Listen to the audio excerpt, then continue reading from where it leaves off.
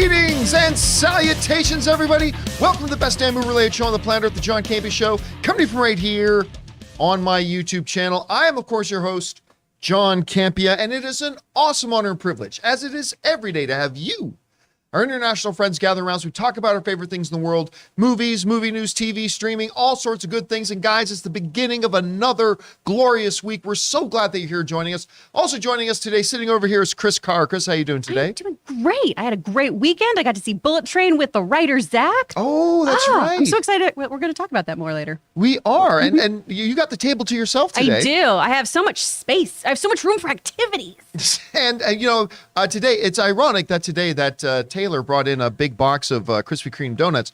And that is the day that Rob is not here because he's off at a doctor's appointment. Yeah. So probably a good thing. His doctor's probably like, whatever. So don't worry. Rob will be on a little bit later today on a mailbag, and then you'll see him back here on the show again tomorrow. Also joining us over here, joining you guys in the live chat, Ray Ora's over there. Ray, how you doing? Look, I had a very productive weekend. Oh, yeah? I watched Prey. I watched the first episode of Sandman. I watched One Up.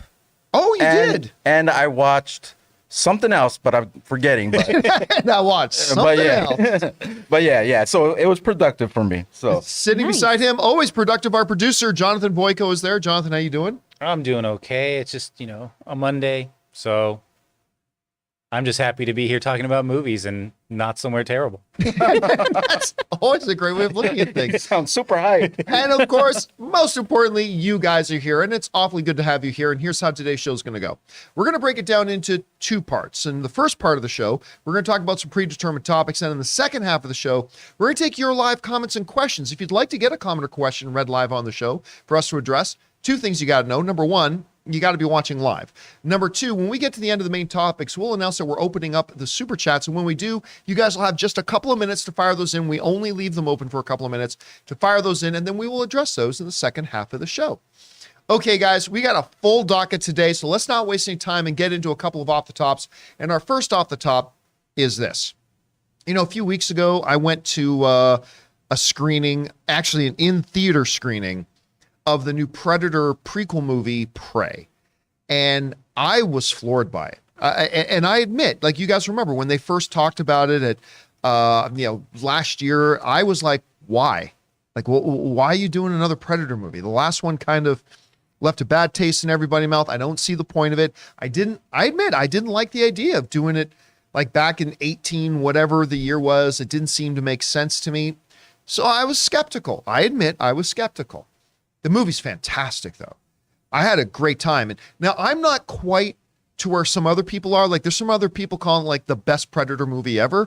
I still say the first Predator movie is in that slot, but I think this is the best Predator movie since then. Well, apparently, I'm not the only one who thought it was great, because one of the stars of that original Predator movie, the man himself, Jesse the Body Ventura, apparently loves the film. He came out online and just started gushing about it. He got online and he said the following on Twitter. He said, "Prey is a great, great film. Amber Mindhunter, you definitely ain't got time to bleed. Welcome to the Predator family. And Danny TRS, the director, thank you so much for making such a thoughtful, creative, and wonderful film." Again, this is kind of like Everything Everywhere All at Once. Everything Everywhere All at Once, they start previewing it. It's like, that just looks weird. But it's Michelle Yeoh, so I'm interested. But still, it just kind of looks weird. Then everybody who sees it comes out going, oh my God, this was fantastic. And it's actually really cool to see one of the iconic original cast members of that first movie. I mean, Jesse the Body made a career. For those of you who don't know, before being in Predator, he had a career as a professional WWF wrestler and then one of the greatest WWF commentators of all time. He was fantastic. Some of the best one-liner, him and Roddy Piper, best one-liner guys in the history of professional wrestling. But it was really, really great to hear him talk about that, and that he liked it so much and actually just felt the need to just go out publicly and say, this movie's amazing. And if you haven't had a chance to see Prey yet, I highly encourage that you do. Chris, have you had a chance to see Prey yet? No, this is what Logan and I are doing tonight. I was going to guess. I remember so last week you hadn't excited. seen it yet. Yeah. What do you think about Jesse Ventura's comments, though? I love this. I love when people who are part of franchises reach out to other actors who are either taking on their roles or becoming part of the family, right? It's like when all of the Catwomen have welcomed each other in there. Right. It's like, hey, welcome to being Catwoman. We're part of this club, or Doctor Who. So I love that. Jesse Ventura, it's a class act move. And this movie is getting such positive buzz from everyone. It's still got a 92 from its like little tomato meter on Rotten Tomatoes. I believe it's an 82% audience score. And all I saw on my feed this weekend was how good this movie is, how incredible it was, how it surprised and, went above people's expectations. And the fact that you can watch it in Comanche too. Oh, I forgot about that. That's right, yeah. All of my friends have been like, did you know you can do that? It's like, you don't watch my show, but yes, I did know that. So I'm really, really pumped to see it. And I think this is just heartwarming and charming that he's so happy about it. Oh, Ray, I am curious because you mentioned off the top here that you actually watched Prey this weekend. I haven't talked to you about this. What did you think about Prey? I think it's one of my favorite movies of the year, but I'll put it this way. Predator, I've only seen one part where I think Arnold is like in mud. Yeah. That's that part. I saw that part. And then on the Predator 2, I think the Predator is like jumping through windows in a city trying to get Danny that's Glover. the one with... Yeah, I saw the beginning. So I didn't see any of them the full movies of either. So I don't know, take it for a grain of salt. I think when we first saw the trailer, I was like, how are they going to stand up to the Predator, right? Right. Just because I know it's like a killing machine. It like likes to hunt. But then throughout the movie, it's kind of like these people have been doing it forever. You know what I mean? They made it make sense. Yeah, and that was great. I was like, wait a second. I'm actually, it's about even now to me, at least. I meant, he has all those things, but I loved it. I think the girl, Amber Midthunder, she was great. She was strong. She was strong and she was smart. Yeah. And the brother, he was my favorite character of the whole thing. I think it was a brother, right? Yeah, there was the brother and then a bunch of others. But I remember going into it and heard from a lot of people before the movie came out. I was like, well, how is she supposed to this? And how? And I get it because I had some of those questions too. And I'm watching this movie. I'm like, they're answering every one of those questions as the movie progresses. Like, they approached it incredibly smart, and I'm really glad to see it's getting success. And I love seeing that Jesse the Body Ventura had something like that to say. And they did it all without a lot of dialogue, which was crazy. Yeah, it's a very dialogue light movie, but they've had a fantastic way of telling the story through visuals. I never felt it dragged. It certainly wasn't too long of a film. Nope. It got to great character work. Anyway, guys, if you haven't had a chance to see Prey, make sure you do. And for the question is for you guys, if you have seen Prey, what did you think about it? What do you think about Jesse the Body Ventura coming out making his comments as well? Whatever you guys think, jump down to the comments section below and leave your thoughts there. Okay, guys, with that down, let's do one more off the top, and that is this. Now, you guys know I am a simple man. I have simple dreams. I want world peace, like everybody. I want equality for all mankind. And I want Henry Cavill fucking back as Superman. Yeah. That's not a lot. It's a short list. I'm not asking for a lot, right? That's just kind of me. And there's been a lot of stuff going on, and I get swept up in it as much as anybody, more so, let's be honest, than everybody else in the world about, is Henry going to be at Comic-Con? Oh, maybe he just wasn't there because he got COVID. Oh, that timing didn't land. Well, maybe he's not going to be there. And I get caught up in all that kind of stuff. But one of the things that's made me a little bit hopeful is that all along we have heard for a while that the new regime running Warner Brothers really likes Henry Cavill as Superman. Like we've heard that that's not one or two, you guys have heard that from everywhere, right? It's been the unkept secret that the new ownership at Warner Brothers really does like Henry Cavill. And they really like his Superman. So we've heard that. Now, that doesn't automatically mean anything at all. Just because they like him Superman doesn't mean they're going to change their plans to fit the fact that they happen to like him. That doesn't mean anything.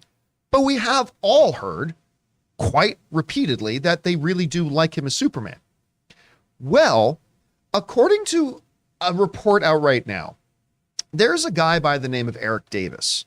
Now, for those of you who are long-time I mean, long time online movie community fans, you guys will know the name of Eric Davis. He was one of the guys over at like one of the OG movie websites that is no longer around. It was called Cinematical. I mean, that was for a while, that was like the premier, the best. Like if you were a cinephile, you knew Cinematical, and everybody used to go to Cinematical. Eric comes from those days. He's now the editor-in-chief, I believe, over at Fandango. I mean, he's totally, I think he's been on the John Campea Show years ago. At any rate, like and respect Eric very much.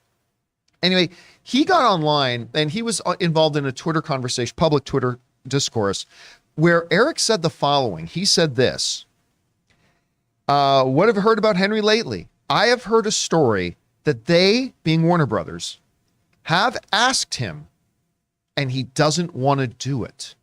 He doesn't want to come back. So Eric, now remember, this is not Gus's gas station movie reviews.fart. This is Eric Davis from Fandango. And he's saying, what I've heard is that Warner Brothers has asked Henry Cavill to return and that he does not want to do it.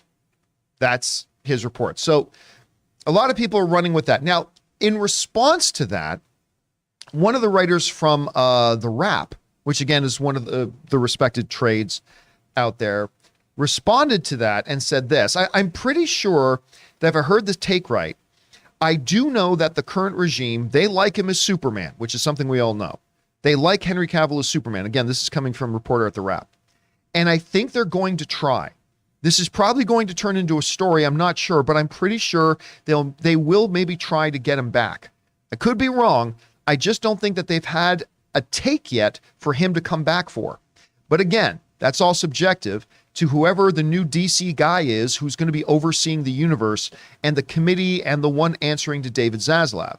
It's been almost 10 years since we've seen Henry Cavill in Man of Steel, but what can I say? I personally don't think it's over just yet. So, on the one hand, we got one credible source saying, I have heard that Warner Brothers has indeed reached out to Henry Cavill, but that he has turned it down. In response, we're hearing from another trade saying, I get that, but I think a lot of it has to depend. He's waiting on what the take on Superman is going to be and who is going to be this head of DC Studios. Again, the new leadership at Warner Brothers, they have done something that a lot of fans have wanted for a long time. They are setting up DC as its own studio to be run like that, which is, the way Disney handles Marvel. A lot of DC fans have been asking for that for a long time. But what they have not announced yet is who's going to be running that DC division. So, one source saying they've asked him and he said no. We got another source saying that that's like what I've heard, except that Henry's just waiting to find out who's going to be running this thing. What is the take on Superman going to be? So it sounds like, either way, it sounds like dialogue has been happening. Like all this just kind of reaffirms what we've been hearing is that this new ownership of Warner, the old Warner Brothers leadership wanted nothing more to do with Henry Cavill. The new Warner Brothers leadership, they do like Henry Cavill as Superman, and apparently discussions have happened. Now, where exactly they are, that's still a matter of who you're going to listen to. Either he said no and the conversation's over, or he said not yet because I want to find out what's going on here. Either way, overly optimistic doofuses like me are still going to say, so you're saying there's a chance. So I'm going to hold on to that for now. Anyway, Chris, you hear all this back and forth. Mm-hmm. What stands out to you? And at the end of the day, how do you think this is actually going to shake out? Well, it really makes me wonder about Henry's time as Superman and how he feels about it, right? I mean, not everyone was as in love with Man of Steel and how the Superman story has been told so far, right? And as a human being, that has to not be very fun to hear all the negative comments about your performance or your version of something or someone's interpretation about it. So I do wonder if that has anything to do with this, of even though we're changing regimes, even though we're going to bring into him different folks, has he just totally soured to being this character? And that's what I'm interested in hearing is I want to hear it out of the horse's mouth. I want to hear it from this Man of Steel right here about whether or not he wants to resume the role. Because I do think he's an excellent Kal-El. I mean, look at him. Oh, he yeah. looks He was Kryptonian. genetically made to play Superman. And I've loved seeing everything he's done since. You know, I love him in Enola Holmes and Mission Impossible, reloading his arms, and his work in The Man from U.N.C.L.E. Gosh, Oh, God, that movie is so underrated. It's so underrated. Now it's weird to watch. We're like, oh, Arnie. But and of course, his work in The Witcher is incredible. Yeah, I love him in So The I Witcher. really would like him to come back here. We definitely need a Superman in the DCU, and I'd really like it to be him. Again, I just like the last official word we heard from Cavill, I believe was, and people correct me if I'm wrong, was like the cape's still in the closet. Like he hasn't given up on it. That's the last we heard about it, right? So, I mean, Well, how old is Henry, anyways? I believe he's 39, so he's still on the right side of 40. Okay. Yeah. So let's say he does come back. What Right. movies do you expect him to actually do? One would have to be against The Rock, right? As Black Adam. You would That's think, definitely on you the would table. think, like only because though, not because of narrative, like only because his manager and The Rock's manager are the same person. The Rock's ex-wife is still his manager and is Henry Cavill's manager. So, I mean, that's the only real reason. And the fact that Dwayne The Rock Johnson has constantly been dropping Superman stuff left, right, and center. Yeah. So those are the main things. But I mean, he's still, in my opinion, with the shape he's in, he could still be Superman for another 10 years. Oh, I absolutely. think he could easily be Superman for another 10 years. He totally could. And I mean, the guy is kind of the king of the nerds, right? We've talked about him building his computer and everything. Yep. I can't think of anyone better suited for this role currently. And I know we always do the X actor and anything, you know, someone could play it. There's definitely another Superman actor out could there. totally come along and play it great. Absolutely. But I don't want them to. Yeah. There's But also the best story.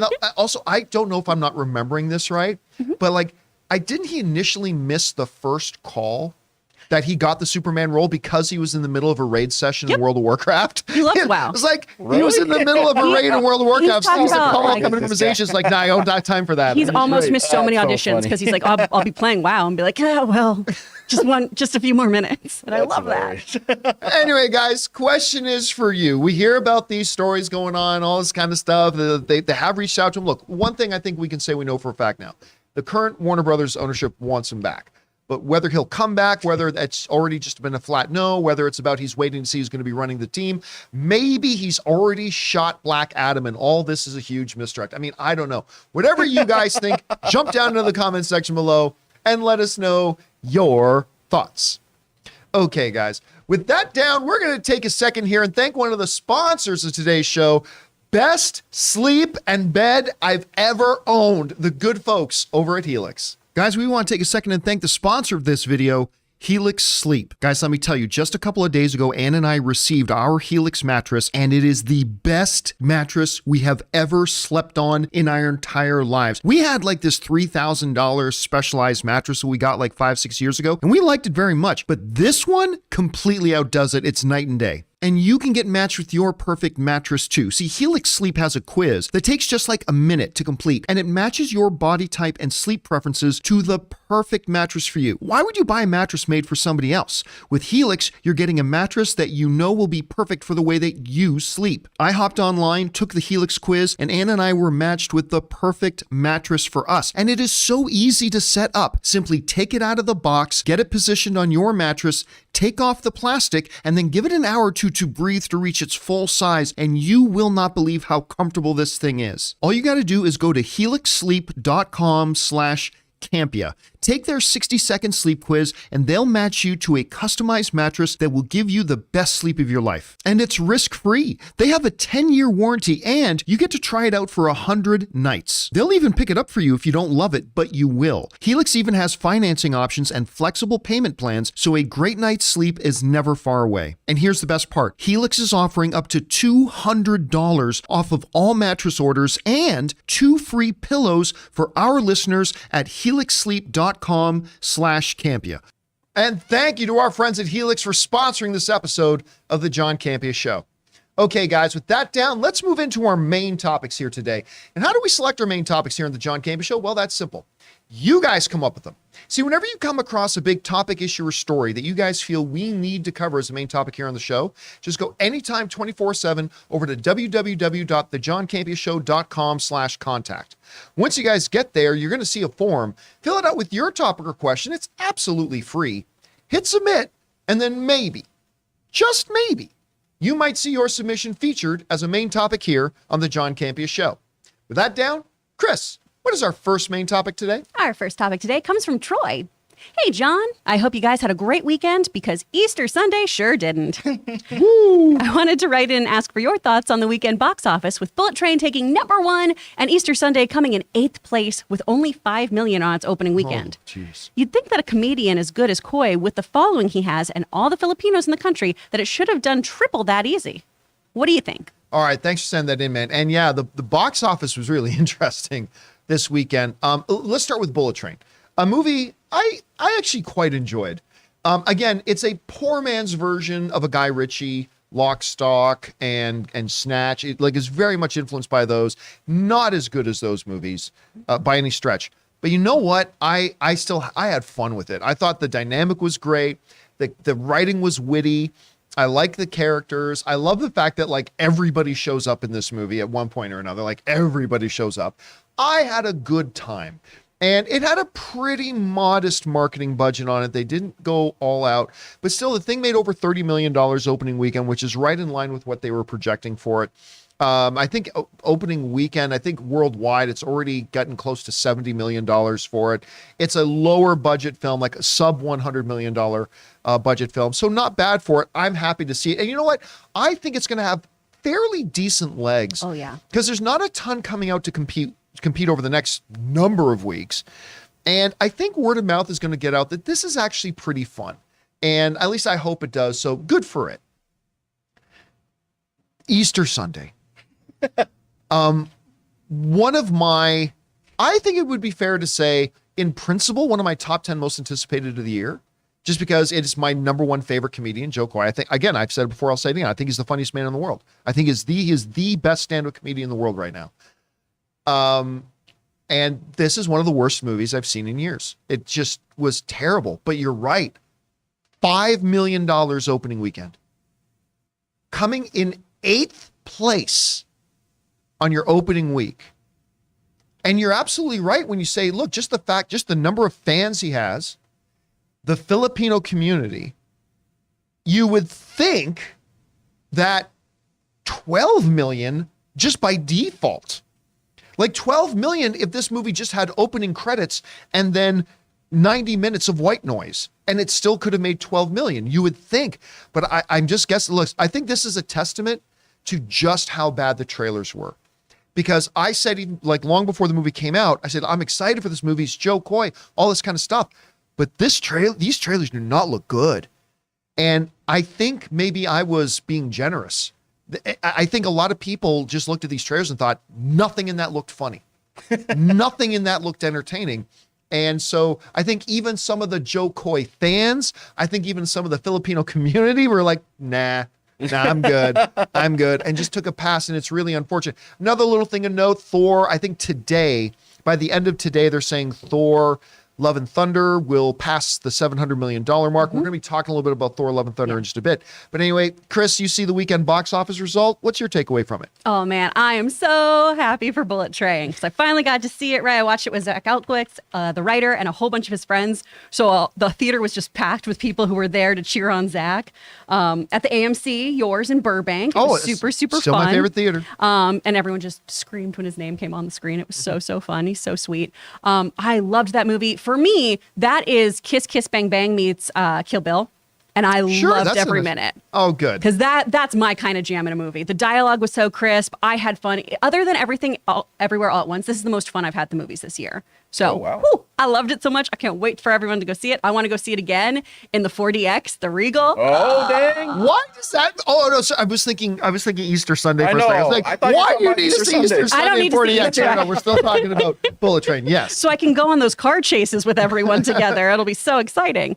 The thing about Easter Sunday, those trailers, I remember watching them at CinemaCon and thinking, this feels very late 90s, early aughties in terms of style, right? It had like a my Big Fat Greek Wedding kind of feel to it without as many fun jokes. Right. And it just, the trailer felt very outdated in a way. And that's what I was hoping this movie would be, right? Is some kind of My Big Fat Greek Wedding, having this kind of We're learning about a very specific type of family and finding all of our commonalities through it, like we did with Turning Red and things like that, or My Big Fat Greek Wedding. And this just doesn't deliver, right? And I can't remember if it was Ray or Jonathan who said this feels like it should have been a TV show.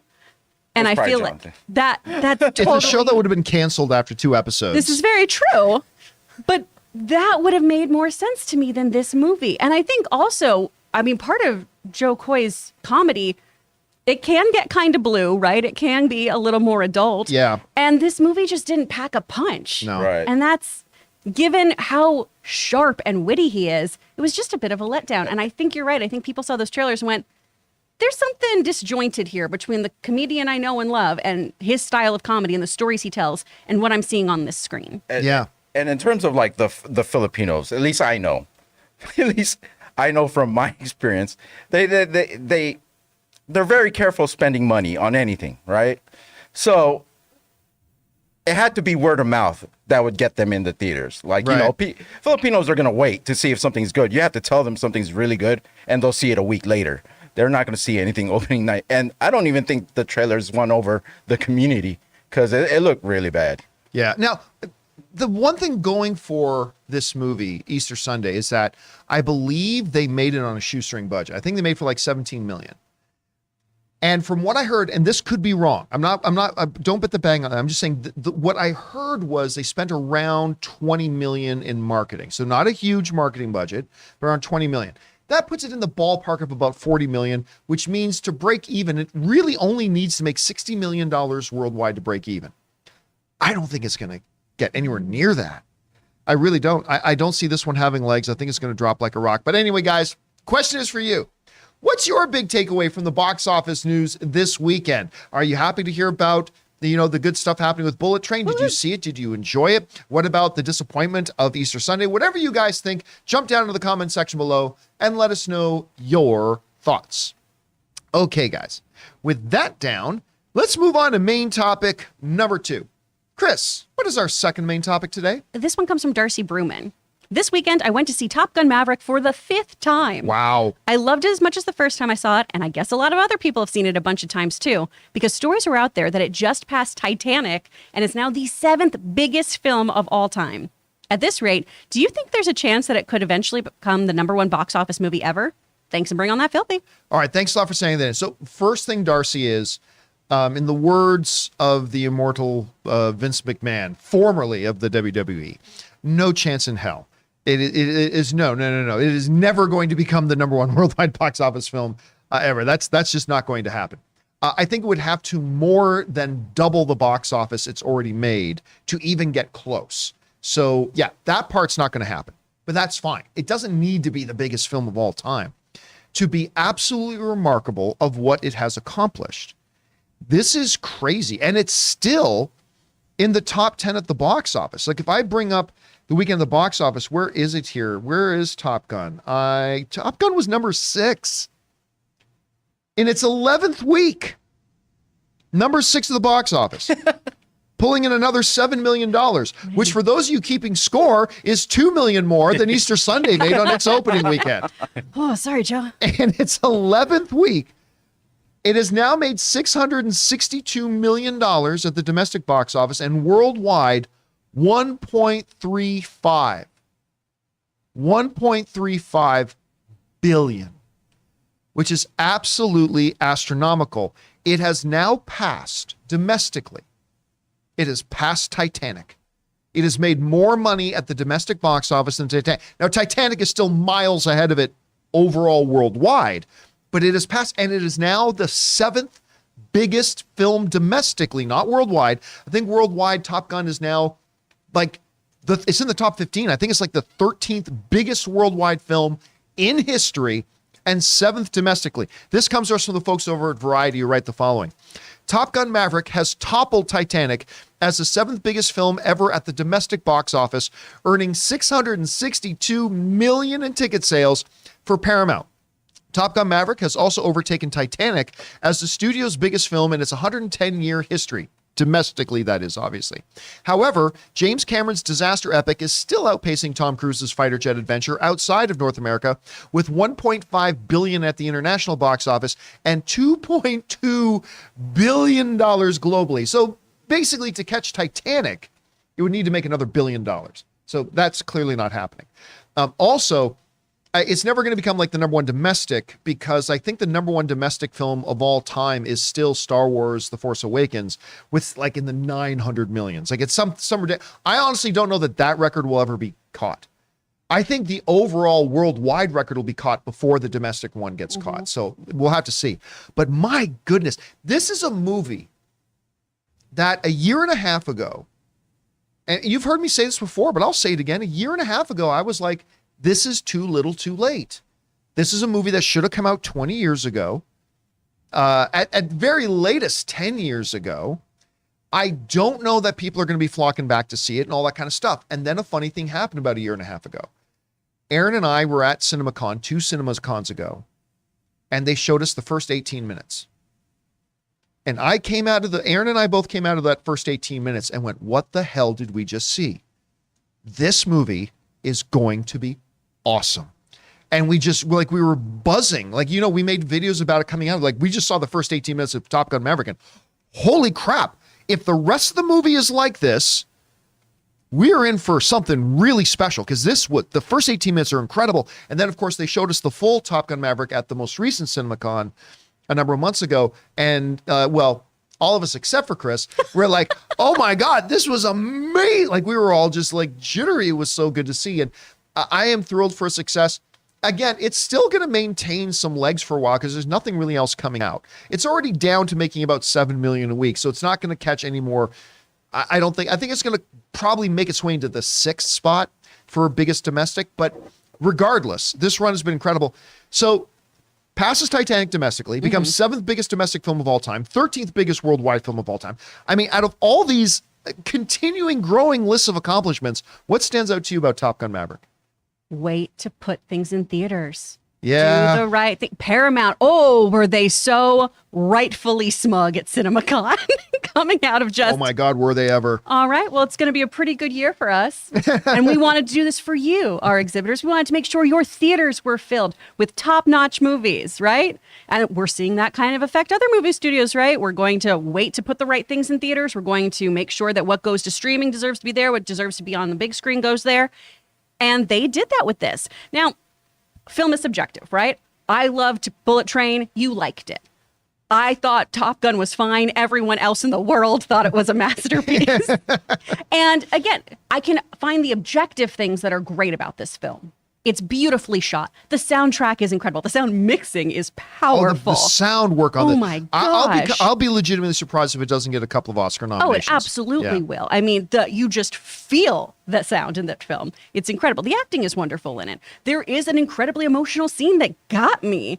Oh, got everybody in the theater. Yeah. So I completely understand this. And the big thing about it, too, we've said it time and time again about this movie, it got the over 40 crowd back in this theater. Yep. And it had nostalgia working for it. It had some really great names involved working for it. And I think it was just a story that a lot of people wanted to see. We wanted to see a movie that, for people like Aaron, whose family is a military family, it really, really touched people in a way that I think resonated enough to make them continue going back to that theater and watching it with their whole family. There's not a lot of movies that people can bring everyone to. And I know there's a lovemaking scene and there's some language. But every time that, I saw people walking into that theater, they had their family with them. They had their kids with them, because it is pretty much something you can take the kids to and not have an awkward car ride back home. Right. Anyway, guys, question is for you. Top Gun continues to cross milestone after milestone. This latest one crossing Titanic, again, domestically, way far off from its overall worldwide, but still passes Titanic domestically. Biggest Paramount domestic film of all time. Number 7 on the domestic list, number 13 worldwide. What stands out to you? What's the most impressive thing about this run for you? Whatever you guys think, jump down to the comment section below and let us know your thoughts. Okay, guys, before we keep going on here, we want to take a second, thank another sponsor of today's video. I was just using them this morning, our friends at Raycon. We want to take a second to thank the sponsor of today's video, Raycon. Now, guys, you've heard me talk about the fact that part of my morning routine is getting on my treadmill. And when I do, I always have my Raycon earbuds there to listen to my podcasts and YouTube videos. I go to them every morning. Raycon's everyday earbuds look, feel, and sound better than ever. With optimized gel tips for the perfect in-ear fit, these earbuds are so comfortable and they will not budge. Trust me. Raycon gives you 8 hours of playtime and 32-hour battery life. And the best part for me is that Raycons are priced just right. You get quality audio at half the price of other premium audio brands. That's half the price. And with premium features like noise isolation, awareness mode, and I personally love the earbud tap functions, it's perfect for when I'm on the treadmill. So guys, go to buyraycon.com/Campea today and get 15% off your Raycon order. That's buyraycon.com/Campea to get 15% off. buyraycon.com/Campea. And thank you to our friends at Raycon for sponsoring this episode of the John Campea Show. Hey guys, remember, all of our sponsors and their promo codes can be found down in the description of this video, right near the top there. And when you support our sponsors, you're actually supporting us as a show. So thank you again to you guys for supporting our sponsors. All right, with that down, let's move on to main topic number 3. Chris, what is our third main topic today? This comes from Caden Hanafi. Hey, John and crew. We know that Charlie Cox is returning as Daredevil, but could John Barenthal be returning as well? During a panel at C2E2, Rosario Dawson said she found out that the Punisher was happening again. Do you think she misspoke, or is Punisher being brought back by Feige? All right, thanks a lot for sending that in. And man, yesterday, got out of the pool, checked my news feed, and all these people writing me, confirmed, Punisher coming back, confirmed by Rosario Dawson. And I'm like, really? What happened? Well, apparently she was at this expo and she confirmed that they're doing Punisher. I went, okay, that sounds pretty great. Let me look into this. And I read what she said and I was like, that doesn't really sound like a confirmation to me. This is what she actually said. This comes to us from the folks over at CBR who wrote the following. Rosario Dawson said this: I haven't heard that announcement about a Punisher coming back, but I found out yesterday that the Punisher was happening again, Dawson said during a panel at Chicago Comic-Con and Entertainment Expo. So I feel like it's my second chance because it was the only one of the shows that I wasn't in. And I love John Barenthal. So let's all make it happen collectively, guys, she said, continuing crossing her fingers. All right. So I read that comment and I thought, well, maybe it's something in translation. I brought up the video and I looked at the video. And at first she's saying, well, I hadn't heard, they haven't made that announcement, but I heard yesterday that they're doing it. Okay. Well, okay, they haven't made the announcement, but I heard yesterday that they're doing it. All right. But then she says, hey guys, let's all make it happen, and crossing her fingers and like, okay, well, wait a second. And I was talking to Scott last night. I said, like, correct me if I'm wrong, but if Marvel told her that they're doing it, why does she have to ask the crowd, crossing her fingers, saying, come on, guys, let's make it happen? And like, I'd love for this to happen. So I was I'm like, okay, so what is she saying? Like, maybe she's saying, okay, Marvel hasn't announced it, but somebody told me that it was going to happen. Okay, so here's what then happened. Today on social media, Rosario Dawson walked back what she said. She basically kind of let out that a fan told her that they were doing it. She said, yeah, so like she said, Marvel had not announced that they're doing this. And then I found out yesterday they're doing it. So somebody had told her, some fan, and she came out and said, I guess that's what you get for listening to fans, or something along those lines. A fan named Kevin Feige? A fan named Kevin Feige. But yeah, or Tom Holland, that would make more sense. A fan named Tom Holland let it slip. So she said, look, let me be very, very clear. Because again, she probably opened up the web today to see all these headlines. Rosario Dawson confirms that Punisher is coming back. Look, do I think there is a chance that John Bernthal's Punisher comes back? Well, of course you have to believe there's a chance. I mean, if they brought Kingpin back, if they brought Daredevil back, there's a chance. Absolutely. Do I think it's a probability? I don't know that I think it's unlikely, but let's put it this way. I'm not going to fall out of my chair in shock if they do. Yeah. But I think it is unlikely. Punisher is going to be a little bit tricky for them to do on Disney and Disney Plus.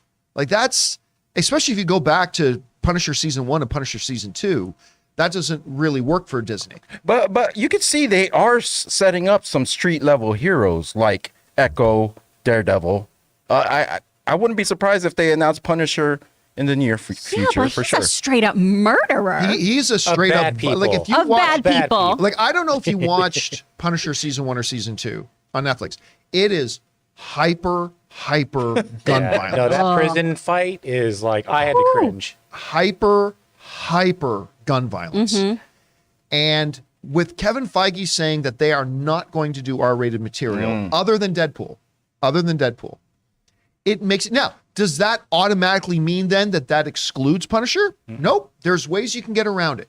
So I do think it's still possible. I loved Punisher, both seasons 1 and 2. I know not as many people talk about season 2. I personally thought season 2 was even better than season 1. I thought Bernthal was born to play that role. Like I just thought he was incredible in it. And I would be very excited to hear about a Punisher season 3.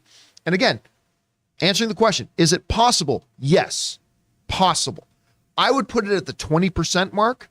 So not super unlikely, but I would still say unlikely. Anyway, Chris, listen, there's going to be some conspiracy theorists out there who are going to go, oh, Rosario Dawson just walked back her comments because Marvel called her and said, you can't reveal that yet. That's why she walked it back. Yeah. For me, reading her original statement, I thought, well, if they told her it's happening, why is she asking the crowd to help them make it happen and crossing her? I don't know. What's your takeaway from it? How do you see this? First of all, I love Elise Deals in the chat said, oh, there's been a lot of Marvel whoopsies lately. Yeah.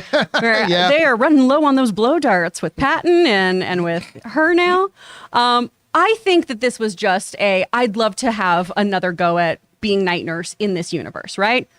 Shocking, breaking news, actor wants to return to a series. And I do love Josh Barenthal as the Punisher. John Barenthal, thank you. He was terrifying. Oh my gosh, he was so scary. I love that He's image so good. much. He's so good. And I will say, I mean, we do have Moon Knight, who's Jake Lockley character, is straight up murdering people, Yeah. right? So those guys could exist together. And then we'd have that wonderful scene, too, of like, how's your imaginary god? How's your dead family? Yeah, that's one of the greatest comic panels in history. Oh, I would kill for that. So I do think there's a chance of this happening. I think right now it's just all of us are going to freak out and speculate about it until we get the actual confirmation. But I think this was just an innocent moment of an actor hoping to have something happen. I'm not sure why you would say I heard it's happening from a fan. That seems silly to me, of being like, oh yeah, someone ran up to me and during our photo op said, by the way, congratulations on getting to be in The Punisher season 3. Like, I don't see that being something that you then tell people. I would maybe phrase that as, well, I did hear a rumor that people want this show. And obviously when you're doing something live and in front of a crowd, misspeaking happens. I do it all the time here. I just said the wrong name. So, maybe it was just a slip of the tongue, but I think everyone's reading into this a little too much. But that's the point, right? Like we talk about this all the time. It's like, this was not a pre-prepared release statement from the offices of Rosario Dawson that I'd want everybody to know that no. She was like literally in mid-conversation, asked a question at a Q&A in Chicago and on a stage in front of people. And she said it a certain way and we took it and we ran with it. But again, listen, do I think that there is zero chance that she just accidentally let something slip? Oh, I don't think it's zero. I am still open to the possibility there could be more to it. And I will say this, if it were true, while I would be a little bit concerned about how much changes they would have to make to John Bernthal's Punisher character to make it applicable and work on Disney and Disney Plus, I would still be all for it. I'd be 100% for it. I love the character. And listen, we already know they're changing up Daredevil and they've changed up Kingpin and all that kind of stuff. They can make changes to this. I'm still not 100% convinced they're going to say that these are the exact same characters from the Netflix series. Charlie Cox has already kind of made some statements saying that it's not really the exact same one, but whatever, we'll have to find out. Question is for you guys. What did you make of all that? Did you think she meant that absolutely Marvel told her that they were going to do another thing? Were you like me when you read it, said that doesn't quite sound like that? Do you think her walking it back is just damage control, or is she actually just clarifying her statements? Whatever you guys think, jump down into the comment section below and leave your thoughts there. All right, guys, with that down, let's move on to main topic number 4. Chris, what is our 4th main topic today? This one comes from Box Office Fan. In a nice bit of box office update, looks like Thor Love and Thunder has now passed the last Thor's box office domestic. Looks like Thor still has it at the box office. All right, thanks a lot for saying that in. And yeah, this is interesting. Thor: Love and Thunder, which is still, duking it out at the box office, as of right now, or as of this weekend, it was still number 4 at the box office in its 5th week. So it's made another $7.6 million at the box office. It now has passed Thor Ragnarok again at the domestic box office. This comes to us from the folks over at Screen Rant who write the following. Thor: Love and Thunder has drawn somewhat mixed reviews from fans, with many criticizing the film's overly comedic tone. Others, however, have praised the film for its thoughtful treatment of Natalie Portman's Jane Foster and its top-notch villain in the form of Christian Bale's Gore, the God Butcher. Despite somewhat mixed initial reviews, Thor: Love and Thunder had a strong opening weekend at the box office, earning over $143 million. The film's opening weekend box office haul was the year's 3rd biggest and was higher than Thor Ragnarok's $123 million opening in 2017. Now, Thor: Love and Thunder has continued its box office victory over Thor Ragnarok recently, surpassing the film's domestic total. Thor: Love and Thunder has now earned $316 million domestically in its 5th week, putting it just ahead of Thor Ragnarok's $315 million domestic total. All right. So this is all very good. This is all very good. And like we said, today, by the end of the day today, Monday, Thor will pass $700 million to the box office. Wonderful. It's yet another moneymaker for the Marvel Cinematic Universe. And it has passed Thor Ragnarok domestically. It still trails behind Thor Ragnarok internationally. I think Thor Ragnarok made somewhere. Ray, can you double check this for me? Yeah, Thor Ragnarok's worldwide total. I believe it's like 853 million, I think. I might be wrong. Ray will get that actual number for us. So it's still like 150 million something behind. I still don't believe it's going to catch Thor Ragnarok worldwide. I don't think it's going to catch it worldwide. But it is nonetheless impressive, because I remember when the movie was about to come out, I said, I do not believe this movie is going to catch Thor Ragnarok. And it probably won't. 853 million. It is 853 million. Damn, that's right on the money. But really close to 54. It's like 983,000. I'll say 853. I'll just say I was right. Okay, so I was at least I was really close. So I am still surprised that it passed it domestically. Mm-hmm. But I think that has more to do with the fact that everybody loved Thor Ragnarok. And I think loving Thor Ragnarok, like I think most people did, they were anxious to come out and check out the new Thor. And I really do think that it catching it domestically and passing it domestically, I think that has a lot to do with just really the quality of Thor Ragnarok, that people want to come back and see it more. But again, because I think the tone of the film, which worked for me, I was entertained by this film. It's not as good as Ragnarok, but I was still very, very entertained by the film. But when I saw the early screening, I told people this is not going to be for everybody.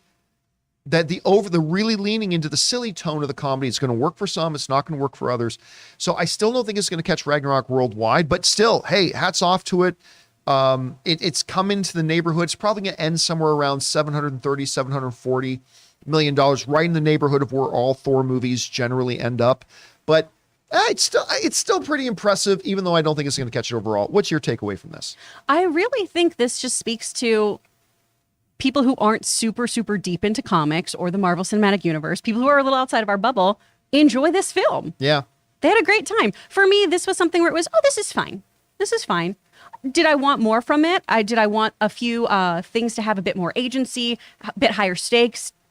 Some more God butchery? Some God butchery, some quotes that I love. But again, that's me being very, very specific and honestly a little hypercritical as a comic fan and making my expectations really, really setting in stone how I'm going to experience this film, right? Whereas when my family saw this, oh my gosh, it was so fun. Gosh, I love the sense of humor they bring to these. Oh man, Korg is the best.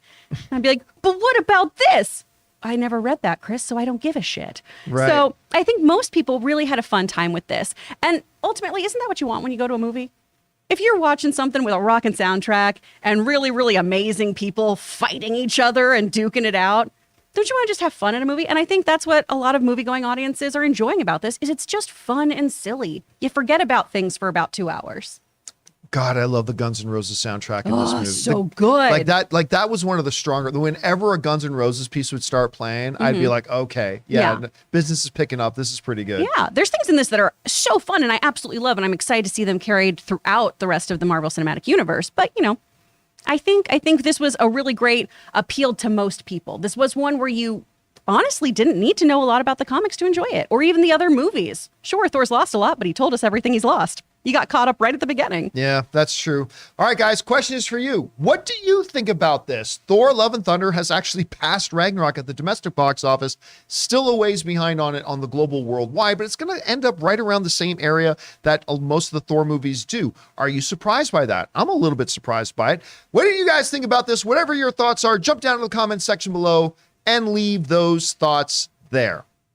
Okay, guys. Before we get into our final topic today, we want to take another second to thank another sponsor of today's show. Ann and I love these guys, the great folks at HelloFresh. Hey guys, we want to take a second to thank the sponsor of this video, HelloFresh. With HelloFresh, you get farm-fresh, pre-portioned ingredients and seasonal recipes delivered right to your doorstep. Skip trips to the grocery store and count on HelloFresh to make home cooking easy, fun, and affordable. And that's why it's America's #1 meal kit. HelloFresh's quick and easy recipes, 20-minute meals, and low-prep, low-cleanup options provide an even faster route to putting food on the table around your packed schedule. You need another reason to stay in for dinner? HelloFresh is 72% cheaper than dining at a restaurant and is even cheaper than grocery shopping. That's money back in your pocket. Guys, Ann and I love HelloFresh. You know, we're both working professionals, so in the end of the day comes along, we're both so tired and frazzled and trying to figure out what to do for dinner. Most of the time, we just end up running out for dinner, which is expensive. But when we've got HelloFresh, it gives us a fun activity to do together, making quick, delicious meals and easy to clean up. We love it. So go to HelloFresh.com/Campea16 and use the code Campea16 for 16 free meals across 7 boxes and 3 free gifts. That's HelloFresh.com/Campea16 using the promo code Campea16 for 16 free meals across 7 boxes and 3 free gifts. HelloFresh, America's #1 meal kit. And thank you to our friends at HelloFresh for sponsoring this episode of the John Campea Show. Okay, guys, with that down, let's get into main topic number 5. Chris, what is our 5th main topic today? This is from Mr. Seamus. Hello, John, or Rob, or Chris, whoever's reading this. Justin, we hear from the man himself, Gus Fring, that he has sat down and talked to Marvel about playing some characters such as Magneto or Doctor Doom, but most notable, Charles Xavier. Thoughts? Also, I've been listening to you guys for a year, and you inspired me to want to work in the movie industry. Aw. Thank you. Well, thank you for that, Mr. Seamus. And yeah, listen, Giancarlo Esposito is one of those guys that when he pops up in a project, you just know you're going to love whatever it is he's doing that. It doesn't matter if it's Breaking Bad or Better Call Saul or what's the video game he's... Oh, Far Cry Far Cry. 6. Yeah, so like whether it's in Far Cry or whether it's in... There was this show he did about, I think it only lasted 1 or 2 seasons, about all the power went out in the planet. All the power went out in the world, and what happens to the world if it gets knocked back. He was a main character in that. He was fantastic in that. Obviously in Mandalorian and whatever else he appears in, he's great. And I remember it was probably about 2 years ago, maybe longer, that on our show we talked about, you know who would make a great new Magneto? Giancarlo Esposito would make a great Magneto, and I still believe that to this day. I think he'd make a fabulous Magneto. But apparently he has been talking to the folks over at Marvel, and that has come up, but so has a couple of other characters. This comes to us from the folks over at Variety, who wrote the following. I have not worked for Marvel yet, says Giancarlo Esposito. I've been in a room with them and talked to them. There's been talk of Magneto. There's been talk of Doctor Doom. And there's Professor X. I'm going to go for something that is a little bit different. I'm going to put it out there in the universe, and that is Professor X. So, Giancarlo, now it sounds like it was pretty informal, at least the way, like I'm just interpreting this, but my interpretation of what he's just saying there, it sounds pretty informal. He says, like, I've been in a room, we've talked about it. You know, names like Magneto have come up, Doctor Doom has come up. Charles Xavier, though, the idea of playing Charles Xavier is pretty appealing to me. Now, look. Let me kind of lay the groundwork on this and say the following. I am one of these people that I believe 95% of characters out there, it doesn't matter what race plays them, what the ethnic background of the actor who's playing them. Actors play people that they aren't. Now, I do believe that where I make an exception for that, and you guys have heard me say this 1,000 times, is when the ethnic background of the character is pivotal to understanding what that character is all about. If the ethnic background of that character is absolutely essential to understanding what that character is all about, then fine. But 95% of the characters out there, their ethnic background is not a monumental, essential element to understanding that character. I would give, here's a couple of examples of some exceptions I would make. Obviously, Black Panther, right? T'Challa, that's clearly an exception. I believe Batman, at least the Bruce Wayne iteration of Batman, because that is a character, to understand what he has become, you have to understand that Bruce Wayne comes from a position of absolute privilege.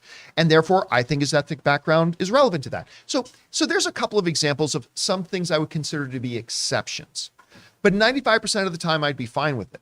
And so when you look at the character of Charles Xavier, there is nothing about that character that you can't possibly understand this character unless you get the fact that he's white, right? So I honestly don't care if we have an Asian Charles Xavier. I don't care if we have an Aboriginal Charles Xavier. If you actually know this character, you understand that the character's race has nothing to do with the essential core elements of who and what makes that character up. I believe the same is also true of Magneto. So I'd be fine with that. Although, you know what? I hadn't really thought of Dr. Doom. And all of a sudden he's bringing up Dr. Doom, and I'm like, oh, wait, I hadn't really thought about that. That could also, that could be pretty interesting too. Look, Marvel would be richer regardless, just having Giancarlo Esposito playing just about anything. You know, I always say adding talent is never a mistake. He's one of the best talents in the world right now. Now, I've talked about this on Twitter a little bit, and then a couple of people respond on Twitter saying, how about this? Giancarlo Esposito's Professor X, Denzel Washington is Magneto. That's what I want. And I'm like, or vice versa. I could totally see Denzel Washington as a Charles Xavier type and a Giancarlo, like whatever. I mean, just seeing those two play off each other would be a pretty good time in a movie theater. Look, none of this is confirmation. Like we hear these stories all the time that, yeah, I've had conversations. Conversations are great, but 1 in 100 actually lead to something. But I think if you canvassed a lot of film fandom, they would love to see Giancarlo in the Marvel Cinematic Universe or in the DC Universe or whatever. But these are some interesting names. I like the Charles Xavier one, although I got to admit, Chris, if I'm in Kevin Feige's war room and it comes around to me and says, what's your vote? Who do we have Giancarlo play? I would personally still lean towards Eric. I would lean towards Magneto personally, but I don't think it would be a wrong decision to have him play Charles either. I don't know. You hear about this. What stands out to you with this comments? Oh, I love him as Charles. I think that'd be wonderful. Just that voice alone. Ooh, that voice going through Cerebro. Come on. That'd be killer. It'd be so, so good. Plus, he's played a lot of villains, and Charles Xavier, as you go through the comics, does become a much more morally gray character. I mean, we swap at some points where Magneto is the good guy, and Charles is making some very, very questionable choices. I will say, as far as the casting goes, I think it's wonderful for him. For Magneto, we do still need to live in a world where I think the atrocities of genocide have to play into that character so you do understand it.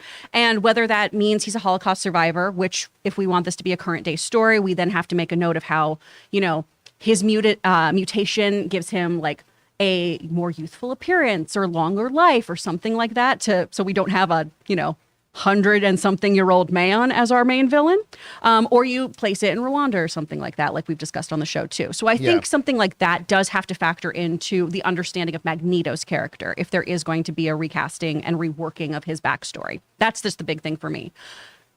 You put these actors in there, though, it's going to be so great. I listened to this podcast called Off Book, and they were talking about, like, being Charles Xavier is just prestige casting. Like, you're just a better actor. Like, you become much more notable the minute where it's like, oh man, Patrick Stewart and James McAvoy have gotten to play Charles Xavier. Oh my gosh, these gentlemen who have gotten to be Magneto. Oh, how wonderful and glorious for them. It's like the opposite of most casting for comic book movies. It's just like, seems to be like an integrity move. So I'm excited either way. If he's in any of these roles, we're in good luck. See, I've had a lot of conversations online. I'm still, and I might change my mind on this, but right now I'm still kind of stuck in the whole idea of, I got to admit, I hate the idea of changing the character of Magneto, like giving him mutant powers that he's never had, just so we can say that that was the atrocity he came out of. Like, remember, for the first, 20 years that the Magneto character was around, he didn't have that background. Like, I don't think it was until after Magneto was around 15 to 20 years that they even introduced the idea that he was a Holocaust survivor. So I don't even think that was a part of the character initially. So I like keeping those core essential elements to the characters, and Magneto having a mutant ability of slow aging. That's never been one of his powers. And I really kind of bristle at just giving him power. Well, but then again, to be fair, what did they just do to Ms. Marvel? They totally changed her powers. Yeah. And the effect was great. So maybe I'm not as stringent on that. Don't change their power. Maybe I'm not as stringent on that as I thought, because like with Ms. Marvel, it totally worked. And as long as we get, Ben Grimm being like proudly Jewish, I feel like that would be helpful, right? Because representation matters across all boards here. And so I just want to make sure that, all the storytelling is done thoughtfully and with care, and that everyone still gets to see themselves in these characters. Yeah. And again, just from a talent perspective, it would be such a win to get him in there. But again, I got to say the Doctor Doom one isn't bad either. Oh, yeah. Anyway, guys, question is for you. What do you think about this? Giancarlo Esposito has said he's spoken with people in Marvel about things like Magneto, like Doctor Doom, like Professor Charles Xavier. He seems to really want to play Charles. Like you're thinking to yourself, who can really follow up on, Patrick Stewart, right? James McAvoy was a different era one and all that kind of stuff, but I think he's a guy who could do it. Again, many other actors who could do a fabulous job with it as well. I'm just going to get kind of excited about this one. Whatever you guys think, jump down into the comment section below and let us know your thoughts. Okay, guys, with that down, we're now going to move into taking your live comments and questions. So if you guys have thoughts, opinions, theories, questions, whatever, about any of the topics we discussed, or just about anything else if you feel up to it, we are now opening up the super chats, and now is your time to fire those in, but do them fairly quickly because we only leave them open for a couple of minutes or so. Now, before we get into the main topic, so we're going to take one more second and thank another sponsor of today's show, our friends over at the Athletic Greens. Hey guys, we want to take a moment and thank the sponsor of this video, Athletic Greens. Now, I started taking Athletic Greens because I don't eat enough vegetables, and I was looking for a way to make up for that deficit in my diet of those vitamins and minerals that I really need in my system, and thank goodness I found Athletic Greens, and I literally take it every morning. You see, with one scoop of Athletic Greens, you're absorbing 75 high-quality vitamins, minerals, whole foods, source superfoods, probiotics, and adaptogens to help you start your day right. This special blend of ingredients supports your gut health, your nervous system, your immune system, your energy, recovery, focus, all the things. And my wife got onto it, and now she absolutely loves it.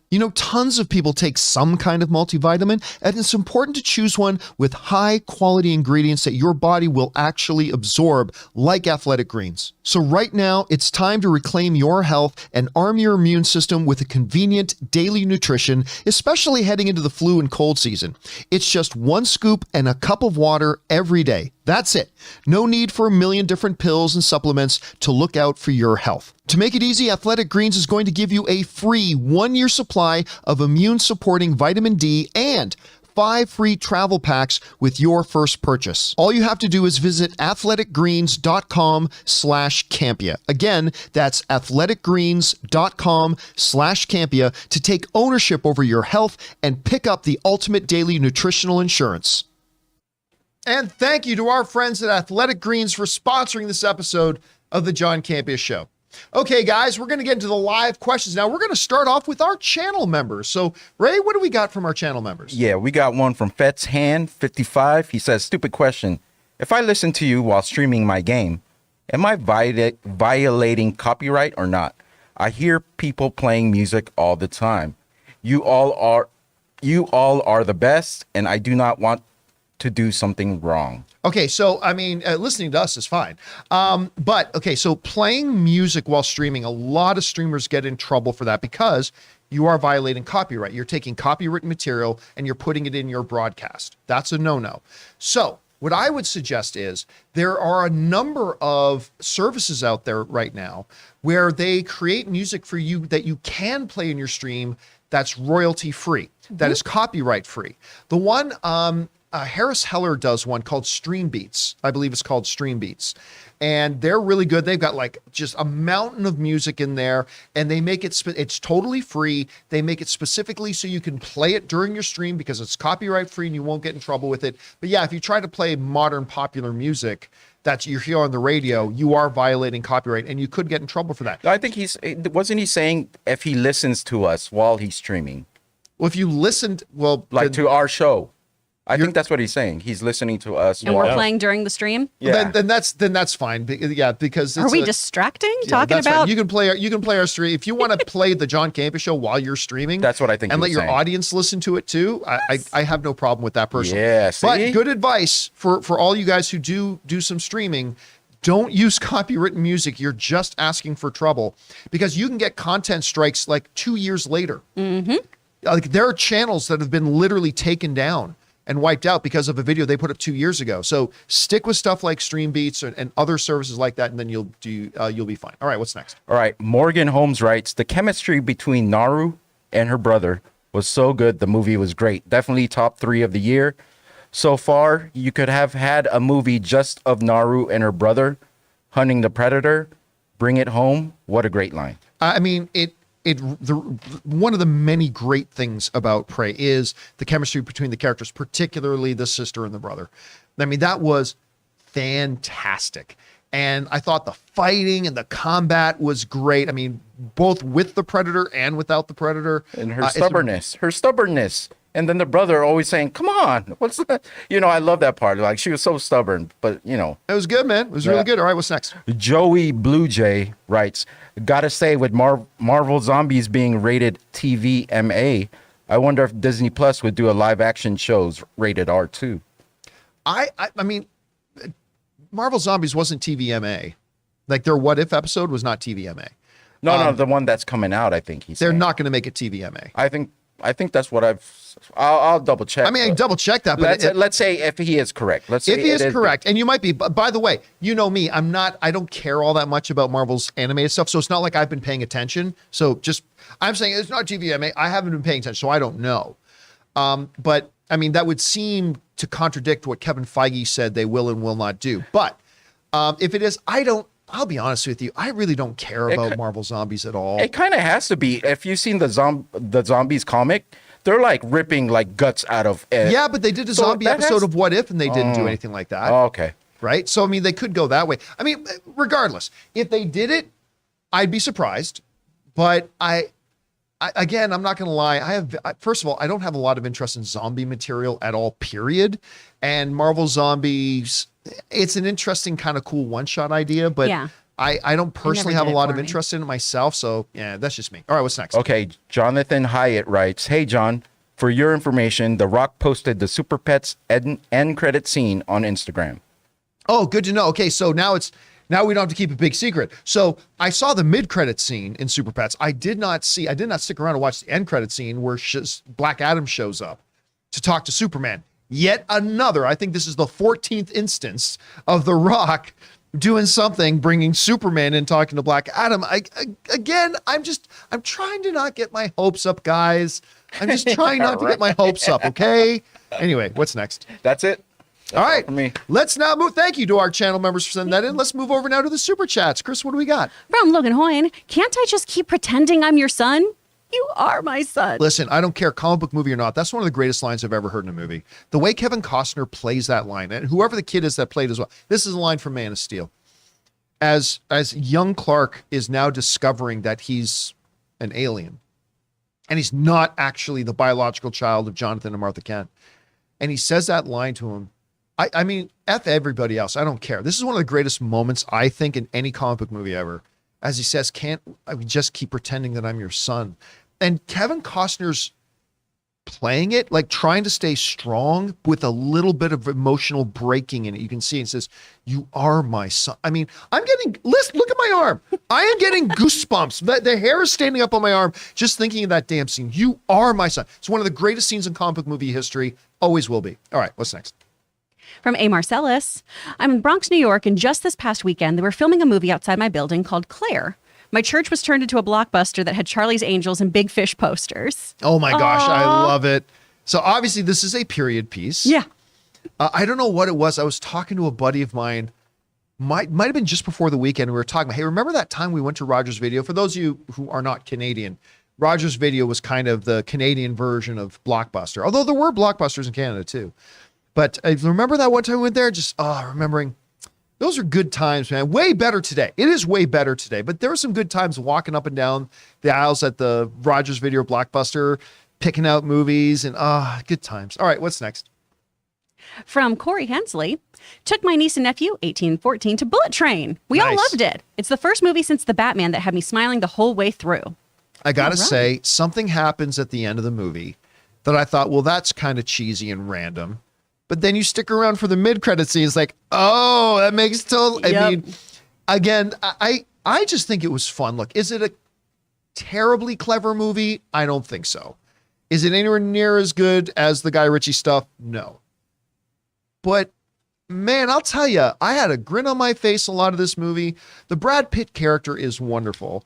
The dynamic between also, first of all, the dynamic between Brian Tyree Henry and Aaron Taylor Johnson So good. was so good as two characters called the twins. Awesome. And then, and then all the cameos. It's just a fun movie. It's really fun. All right, what's next? From Mike Goldberg, although Giancarlo Esposito is meeting MCU for Professor X, I've heard from sources it's a role that he can't stand. You know what? Nope. No drum No. shot for you. No, bad. No drum shot for you. All right, what's next? From Mark Gomez, hi, John. As a Dutchman, looking forward to A24's Bodies, Bodies, Bodies, directed by fellow Dutchie, Helena Rain. It's now out in limited theatrical release with good reviews. Are you checking it out? I am going to go check it out. Taylor saw it. My assistant Taylor went to go see it. And because he saw it the same night that I went to go see the press screener for Bullet Train. Yeah. And he and I walked into the office in the morning. I said, man, I saw Bullet Train. It wasn't everything, but it was a fun movie. I had a good time. And Taylor hated Bodies, Bodies, Bodies. Yeah. Hated it. And I'm like, really? Because I've heard nothing but really good reviews. So I am very curious about it. I am going to have to check it out. All right. Thanks for the input, man. Appreciate that. All right. What's next? From Ryan Lohner. Jesse Ventura also praised Dane DeLagrio's work as the Predator, saying he did Kevin Peter Hall proud. Oh, that's good to know sweet. too. I mean, what I really liked about it too was this Predator, they didn't just go out and recycle the old Predator costume. Like, human beings look different from each other. And this Predator was clearly a Predator, but it looked quite different and acted a bit different in that one. And I really like that. And you're right. I like the personality they brought to this one a lot. Thanks for, I didn't know that Jesse Ventura did that. Thanks for pointing that out. All right, what's next? From Corey Hensley, watched Sandman over the weekend. Overall, I thought it was great. Although the back half of the season didn't quite reach the peak of episodes 5 and 6. Ann and I sat down. We've set up our theater room now. Very excited about that. We sat down and we're like, hey, what are we going to watch? Do we want to watch the first episode of Sandman or do we want to watch this making of Ms. Marvel? And we've had a bunch of you guys writing in saying the making of Ms. Marvel on Disney Plus is really good. So we thought, you know what? We're in a lighter kind of mood today. Let's just watch that. But I am probably tonight going to start up on Sandman. I know Rob loves it. So I will keep what you just said in mind, though, when I get into the second half of the series. All right. What's next? Oh, wait, we do From that. There you James Argenta, note, Thor 3 came out in China and Russia, while Thor 4 will not. Thor 3 made over $130 million in China and Russia. I agree. Everybody always wants to bring up the China and Russia thing. And those are definitely like variables that you take into consideration. There are other variables as well, though. So because here's the problem with taking variables into consideration. Then you got to pick which variables you want to consider and which variables you don't. And then you're kind of manufacturing your own narrative. So while that's a totally legitimate thing that you just said, I kind of put it on the back shelf because there are other variables too. And it's like, if I want to take certain variables into consideration that fit my narrative, I can do that. And if I want to leave out certain variables that work against my narrative, I can do that too. So this is why I never take inflation into consideration, because people always bring up inflation. It's like, okay, if you want to bring up inflation, then you also got to take into consideration A, B, C, D, E, and F. Well, no, we don't want to take that into consideration. Well, then you're creating your own narrative. And so it's tricky, but that's always one to consider as well. All right, what's next? From Al Renshaw, John, I want Cavill back as Superman. Cavill, I don't want to come back. Nicole Kidman, Heartbreak feels good in a place like this. Yeah, screw that. I want nothing more to do with that damn Nicole Kidman. I love Nicole. Love Nicole. Hate the AMC spot. Not gonna talk about it anymore. I love how people are losing their minds now in the theater where it comes on. They all start like screaming and cheering and saying Heartbreak feels good in the theater at the same time. You know what it is? It's so fun. I'll tell you exactly what it is. Here's what it is. It's The Room. It is The Room. That's what it is. It's The Room. We all got to start throwing spoons. Like, The Room is the most awful movie ever made, but people go and like they go to the screenings. They say so the line. fun. Nobody actually likes The Room. No. But you have a great time watching it. That's what's happening in AMC theaters. It's like everybody starts like hooting and hollering and cheering, but the reaction is The Room. Nobody actually likes that. Yeah. Anyway, all right, what's next? I did not. I did not. Oh, hi, Mark. Heartbreak did not feel good. You lied, Lisa. Well, hi, AMC. From Ryder. Binged all of Barry in 2 nights. Do you guys watch? Yes. Oh yeah, I haven't watched the new season yet though. I look, when this new season debuted, I was just in the middle of a ton of stuff and I've not gotten caught up on it yet, but I love Barry. Have you watched it at all? Yes. Are you caught up? I am. How has it been? How was the new season? It's really, really great. But the end episode is just, how do you come back from this? What is happening? There's so much this season of, nope. No, I don't like that. I don't like that at all. Whew, it's a very intense watch. All Don't right. binge it. I'll look forward to it. All right, what's next? From Andy. Hi, John. Would you rather eat eggs with ketchup or own a cat? Own a cat. Forgive me. I wrote this question when I was stoned as fuck. Eggs and ketchup, because then it's done. Once and it's done. Cat is living with you till it decides to run away. So, which happened to my first cat. Oh my gosh, is that why you hate them? No, although you know what I really think happened. What I really think happened. My first cat was my very first pet was a cat, and my parents let me name it. So of course I named it Luke Skywalker. That was the name of our cat. Yeah. But we also lived next to some fields and stuff like that. Our cat was the type of cat that could come and go as it pleased. Yeah, like a cat. I'm pretty sure it got snatched up by a predator. Aw. But my parents just said, it probably felt it was time to go find a new home. And what that really probably meant was In a coyote's den. Yeah. in the coyote's den. Yeah, that's probably what happened to Luke. But yeah, just not a fan of cats. Poor Luke. All right, what's next? From James Argenta. I see Giancarlo more as a Mr. Sinister. Ooh. I could see him as a Mr. Look, let's just be honest here. There's not many roles I couldn't see. He could play Jean Grey. I don't care. He'd be great. All right, what's next? From Terry McGinnis. How much weight do you put on test screenings? Batgirl was, quote, irredeemable, but I remember when Batman vs. Superman got a standing ovation in its test screenings. Here's the thing. 9 times out of 10, when you hear test screenings did this, it's a lie. It's bullshit. It's totally a lie and made up. Not every time. Not every time. There are certainly times we can point to some times when word got out about test screenings and it was completely legitimate. Those absolutely happen. But 9 times out of 10 is bullshit. Like, I remember when those things, test screenings for the first Wonder Woman. Remember when the first Wonder Woman movie was coming out? Test screenings, the results were awful. Remember, that was the big story. Yeah. Awful. People hated the new Wonder Woman. That movie was great and everybody loved it. Right? Here's the thing. When people who go to these test screenings, they have to sign NDAs out the ass.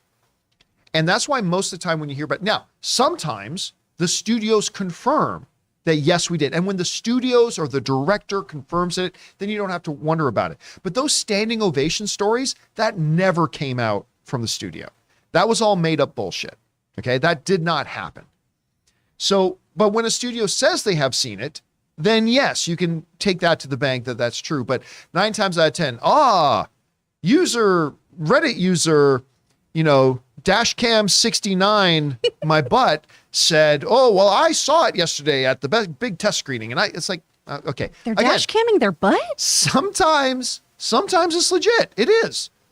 Most of the time it's not. So whenever you see a story that headlines with test screening up, just ignore the story and move on to something else. All right, what's next? From Andy, that's a nice home theater you got there, John. It would be a shame if some Riverdale were to play on it. That is never going to happen. Although, you know what? I should take that back. There is a morbid curiosity I have now about what season are they in?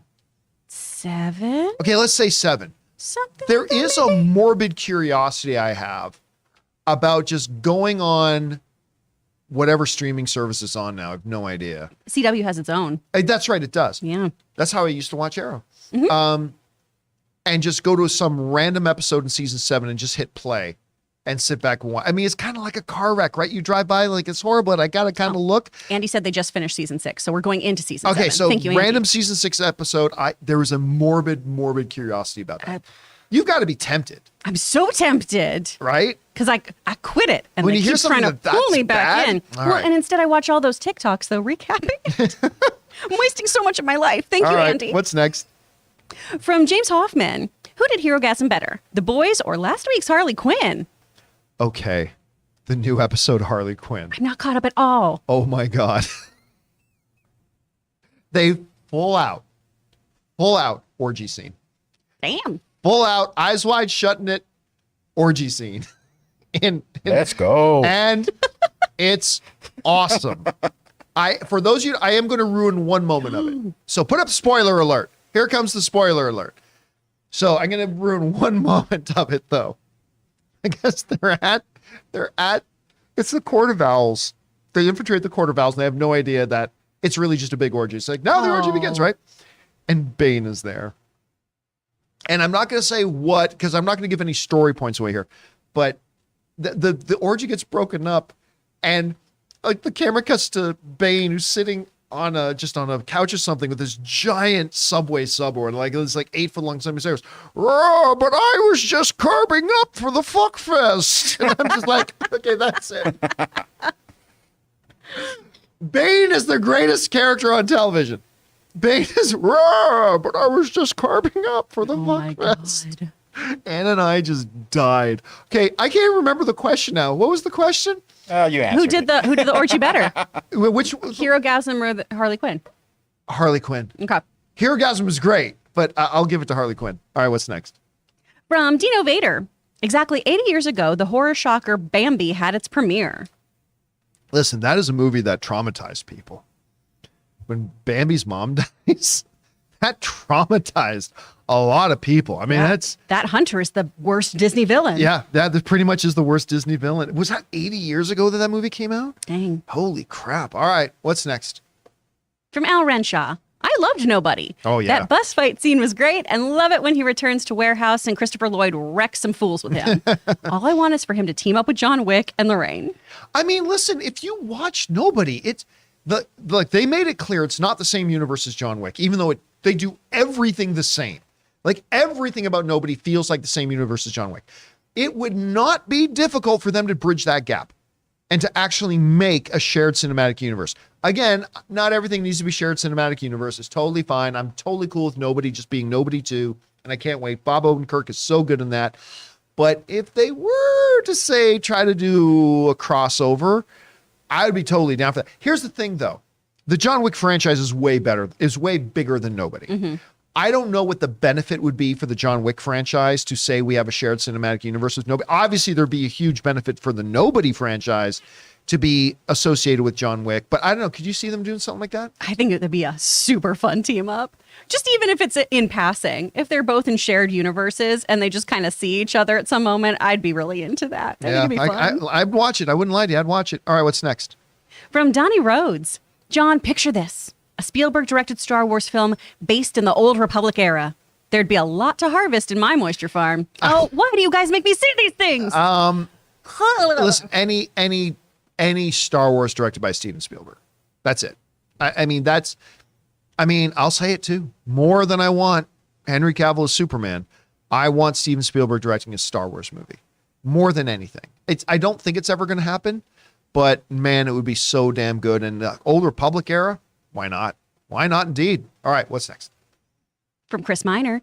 Have you guys watched any shows by Nathan Fielder, good Canadian kid, such as Nathan For You or The Rehearsal? He's one of the best comedians who uses dry, deadpan, and awkward humor. I feel bad. I am not familiar with Nathan Fielder. My friend is constantly trying to get me to watch this show. Really? She's like, I've never you even would heard of love it. this. Yeah. Now, I'm going to assume this is stuff that's come out like in the last 10 years. Yeah. Like, here's the thing. Once I moved down to LA, spoiler alert, they don't play a lot of Canadian content anywhere in LA. So, I mean, there's been some stuff. That's why I was like super late to the party for Schitt's Creek and Kim's Convenience, just because it's like, never even heard of it down here. So this is stuff that, but you're Your friends attest to it? Yeah, they love it. They love Nathan For You in the rehearsal. All And right. The rehearsal, I believe, is the newest project that's just come out, I think, on HBO. Correct me if I'm wrong, though, chat. All right, I'll have to check that out. All right, what's next? From Jerome, opinion on white voice actors playing animated characters of color. Don't like it. I'm going to be honest with you. I don't care. I don't care. Like, for instance, I found out, I had no idea that the voice of Cleveland in Family Guy was voiced by a white guy. Had no idea. Listen, so I'm not going to take a strong position on one side or the other. I will just say, like, as a consumer who's sitting at home watching entertainment, I have no idea who or what is voicing a character, except for when it's a big celebrity. So I just ended with saying, I don't care. Like, one way or the other, I just don't care. All right, what's next? From Salamander Man, do you think we will ever get a sequel to Prey, and any chance they release Prey on Blu-ray? I suppose I don't know why you would put it out on Blu-ray, because the whole reason they made it was to try to get subscribers to Hulu. If you then give people another alternative to watching it, that seems counterproductive, but we've seen it done before. Do I think they'll do a sequel to it? No, I don't think they will. And I don't think they should. I mean, if they do, great. I'll give it a shot and let's see. But honestly, I think it ended the way it ended. Perfect. And so I don't think they will. And again, this movie didn't go to the theaters. So it's not like it made $600 million in the box office and therefore they got to come back and do another one. So I'm going to guess no, but I would be open to it if they did. All right, what's next? From Sucked, what are your thoughts on Westworld Season 4? Didn't watch it. I tapped out of Westworld after season 2. Yeah. I gave up on it. So I have not watched either season 3 or season 4. I'm tapped out of the show. All right, what's next? From Ben Rayner, could we get Bryan Cranston as Magneto if Esposito is Professor X? I think they'd be too afraid that would become just a big gimmick. Yeah. Everybody would look at that as just a big gimmick. And I'm going to guess no, but I'm not going to tell you I'd hate it if they did it. I mean, I love Bryan Cranston. So if they wanted to do it, great. But I think everybody would just talk about it as a big giant gimmick. So I don't think they would. I don't know. Do you think they could do it? I feel like it would just be such a, you see that? It's like Yeah. when people wanted John Krasinski and Jenna Fisher to be Sue and Reed. The entire time Which you're I just still gonna, don't think is impossible. No, but for the most part, it's going to be people going, oh, it's Pam and Jim. Oh my gosh, look what they did here. What I are think they, it takes from you out of Kenosha? it. Yeah. Okay. All right. What's next? From Non Campea, sorry, Denzel. We all know Howard Stern is Dr. Doom. Yeah, that was the funniest thing when that whole story thing is like. I don't know about you this at remember all. that? No. Okay, this was a few weeks ago. Howard Stern thought their mics were off as the ad was playing. He said, "Yeah, I gotta get a hold of who did they say? Robert Downey Jr. to get some tips from him because I gotta go do this Doom movie, this Dr. Doom movie." It was such bullshit. He's done that before. And so I just didn't buy it. Now, listen, I'm not saying it's absolutely impossible that they couldn't have cast him to be in something, but yeah, I mean, that whole thing was such bullshit. So again, we'll see. We'll see. There is no Dr. Doom movie right now. They're certainly not getting ready to shoot a Dr. Doom movie. So I think you can throw that out the window. All right, what's next? From Javier Rodriguez. Hey, John and Chris. How far are y'all in Better Call Saul? This is the best show on TV. There's a scene in last week's episode that just took me back when I was 6 watching Breaking Bad. Sick. You were 6? I haven't. I only got the first couple of seasons, and I did not. Unlike Westworld, that I tapped out of. I just tapped out of Westworld. I didn't tap out of Better Call Saul. It's just that I watched up to a certain season, and then there was a season break, and then when the new one started, it's much like Barry to me. The new one started, and I just never got caught up. And then ever since, it's just been years. I've just never gotten caught up. So I have no idea where they're at right now. I keep hearing nothing but great things. Have you kept up with it? I watched 2 episodes of Breaking Bad and went, I'm good. So I'm going to guess that's a I've no on never Better Call watched it. Saul. No. My friend Amy Masterson's in Better Call Saul. I know she's really talented. All right, Sorry, what's Amy. next? Seconds from Disaster, 1 of 2. I watched Prey twice this weekend. I loved every minute. Cinematography is gorgeous, and the score did so much to enhance each scene. The raw brutality and music reminded me of The Last of the Mohicans. Oh, that's a good comparison. Which is my all-time favorite movie. They paid such close attention to detail. 10 out of 10 for me. Yeah, I wouldn't personally go 10 out of 10, but I don't give numerical scores, so it doesn't really matter. I was just, again, the very fact that I went into this movie, it's like, well, how are they going to explain this and this and this? And it's like, oh, They are very slowly and methodically answering those questions as the movie progresses, and then it culminates in like just some really, really terrific stuff. I'll just tell you this. I think this Prey movie is way better than it has any business being. And it's a shame that the last Predator movie sucked so bad. Otherwise, this might have been something they could have put in theaters. I was just very, very lucky that the press screening they did was in a theater. And I actually got to see this movie on the big screen, which is really the way everybody should have been able to see it. But I totally get why they didn't put it in theaters. All right, what's next? From Orange Hand, do you agree with some VFX artists who say that the volume stages have their limitations and won't fully replace green screens? Absolutely. Every tool has limitations. And the volume absolutely has. What the volume has done is that it has created now some circumstances and it's offered some tools to do some things that they've never been able to do. Like at least not really well, and at least not without heavy labor intensive work. The volume has offered a tool to let some filmmakers do things on budgets and schedules that's never been able to been done before. But like any tool, it doesn't replace everything. And it doesn't do everything great. So there's absolutely, just like CGI in and of itself is a great tool, but there are still many circumstances when a practical effect is the better way to do things. So within the world of CGI, the volume, absolutely fantastic. Does it replace green screen completely? Absolutely not. All right, what's next? From Raymond Briata, Ray is correct about Filipinos being tight about watching movies. They want people to invite them to watch the movie, but among those who have seen the film, they cried because they loved it. Wait, they are, man. They're very. If we're gonna spend money, we want it to be worth it. So we tend to wait for word of mouth to see something, and then if everyone says it's good, that's when we pull the trigger. I mean, I'm saying we as in like. From what I know, I'm not. I don't mean to offend any Filipinos if they're not like that. But from what I know, we're very picky of where we use our money, especially for entertainment. We'd rather use it on food or other necessities. I will say the one scene in Easter Sunday that I laughed at, because this is a stereotype, but it is a true stereotype. Being in a Filipino family, I can tell you this is a true stereotype. Oh my God, Filipinos love Manny Pacquiao. Everything is Manny. Everything. Everything's about Manny. So there's this one scene, and it's in one of the trailers, so it's not really a spoiler. But like the whole family's being held at gunpoint by these mobsters, and they're all got the gun. They're all terrified and afraid. And somebody mentions, oh, what's the pin on your card? And it's like 12 something. It's like, why is that the pin on all your cards? Because it's Manny Pacquiao's birthday. And then the mobster goes, oh, Manny Pacquiao, the guy who couldn't beat Mayweather. And then the Filipinos were like, fuck you. And then all the Filipinos are coming after. It's like that one moment was the one time I laughed in that movie. That was a funny scene. All right, what's next? Okay, now I got to see it. Now I got to see it. From Andy, if I was Dwayne Johnson and someone I knew just recovered from COVID, I would legit ask them if they can smell what The Rock is cooking. Oh, okay. See, before I wasn't going to give the drum shot.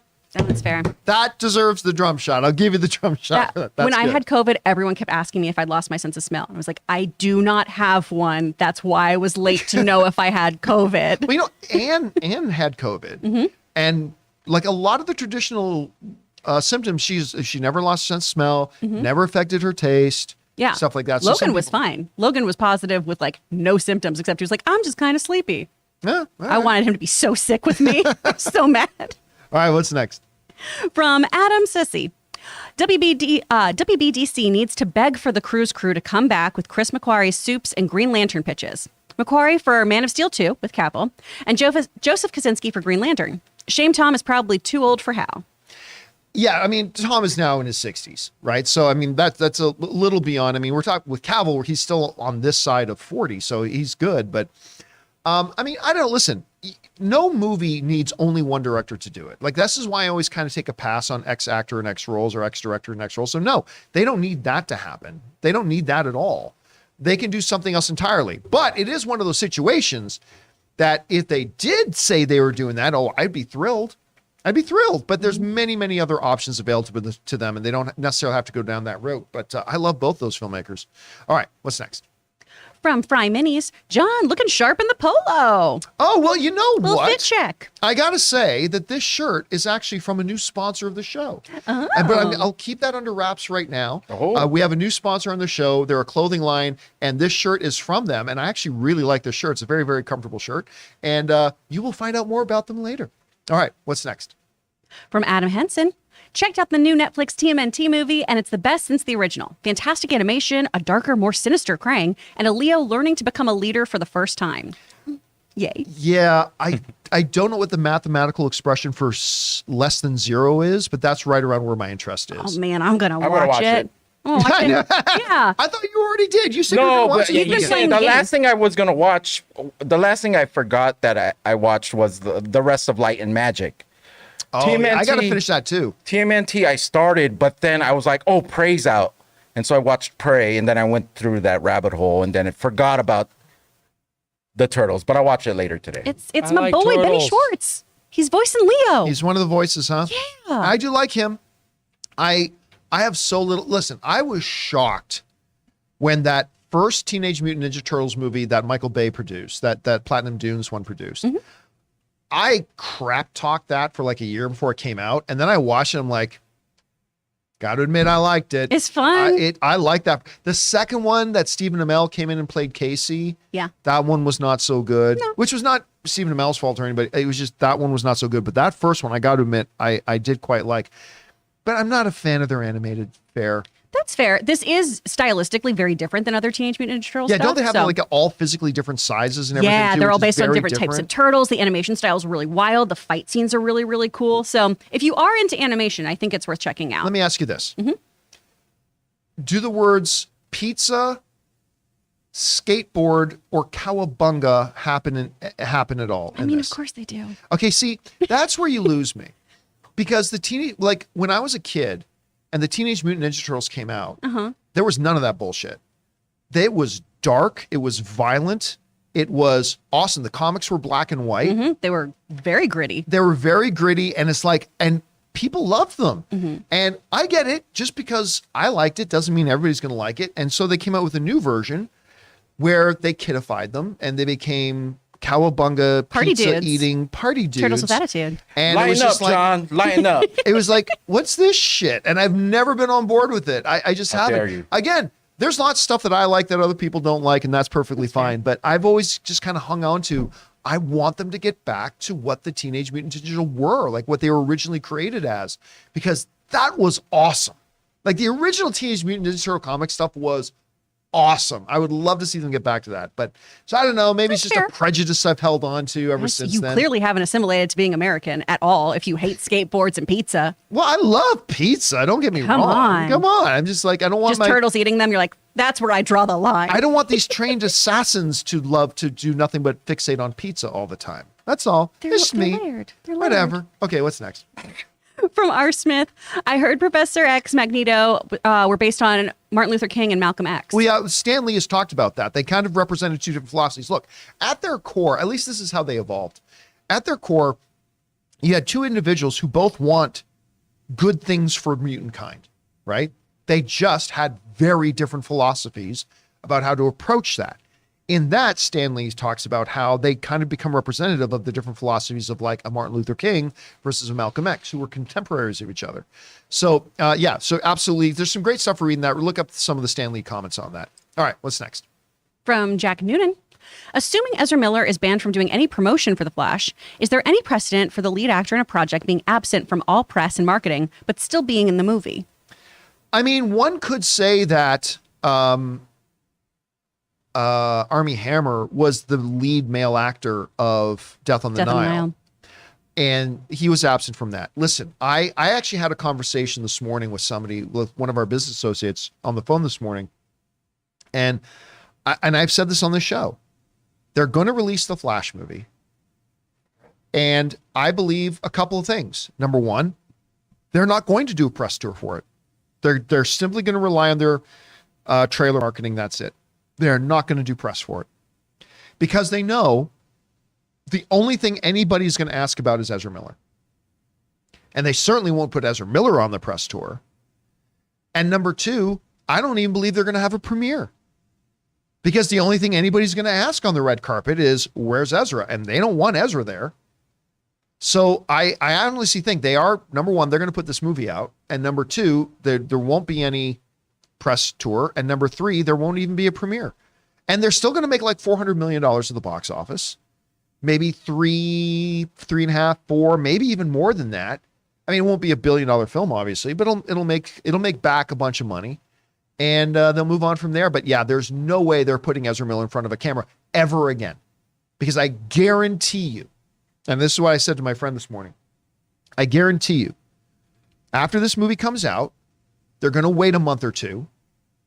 And then after a month or two, a press release is going to come out that due to scheduling conflicts, Ezra Miller won't be able to play Flash anymore. And by scheduling conflicts, I mean Warner Brother tells them, oh yeah, it looks like we're booked forever. But they're not going to come out and say we fired Ezra Miller. They're going to come out and say about 2 months after the Flash movie comes out, and they're going to put out a release that says due to scheduling conflicts or something like that, Ezra Miller's not going to be able to play Flash anymore. So we're going to get somebody else. And look, what that means is they've already fired him. Yeah. He's fired. He's never They're going to play fired. Flash again, period. So they're going to get this movie out, reap what they can from it, and then move on. All right, what's next? From Mark Omens, John, do you think WB could be at risk contracting aspiring talents who might lean into signing a movie deal with any other studio, worried about their dream projects getting axed by WB mid-production? No, that's ridiculous. Number one, talent does not sign contracts with studios. This isn't like professional football where, well, I have signed a contract with the Miami Dolphins, which means you only get to play football with the Miami Dolphins. That's not how it works. You sign a contract to do a movie, and then you sign a contract to do another movie with another studio and all that kind of stuff. Listen, tons and tons and tons of projects. Actors sign up to many projects that never get made. Like all the time. Before final green lights get made, a lot of projects come say, okay, we've got this director signed on. We've got these actors signed on. This is the pitch. This is the movie. We want to make it. Can you greenlight it? And 99 out of 100 don't get greenlit. And so there's that. One could argue, you were brought up the example of, why am I freezing on Alden Ehrenreich? You brought up Alden Ehrenreich from Rob did. Solo, right? One could make the argument that they just saved Leslie Grace's career by canceling this movie. Because look what happened to Alden Ehrenreich after Solo. A Solo movie, which, by the way, was pretty good. I thought it was fun. I like Solo. good I liked it time. very much. But that movie was the first Star Wars movie ever to bomb. Well, I can't even really say it flopped, but it lost money. First Star Wars movie ever to lose money, right? And what have you seen Alden Ehrenreich in since? I can't think of a damn single thing. I'm excited they're putting him in Ironheart. Ironheart. Yeah, that makes me very that's happy. great. Because he's great. But yeah, listen, I want all this stuff going around by people who aren't in the movies industry. So, well, now talent's not going to want. That's so not true. Don't worry. Everybody is still signing contracts to star and dying to star in I was going to say. big Hollywood movies, regardless isn't- of what studio it comes from. I'm not now like, I don't think I want to work for WB. No, please hire me. Give me a job. Yeah, and like I said, from everything I've heard, they've probably just saved by scrapping this movie. They probably just saved Leslie Grace's career. So yeah, and this is nothing new. So I'm- it's not going to be an Yeah, issue. I'm really happy they keep saying in their reports too, this has nothing to do with the performances of our cast. Yeah, we're looking You know? forward to working with them again in the future. All that kind of stuff. They said hope all the that- right things. So yeah, it's not a real thing. All right, what's next? From Al Renshaw, I started watching Light and Magic and I am hooked. I saw the first 2 episodes and definitely will continue. I'm with you. I've watched the first 2 episodes. I haven't had a chance to watch more episodes. Again, Ann and I had the option the other night.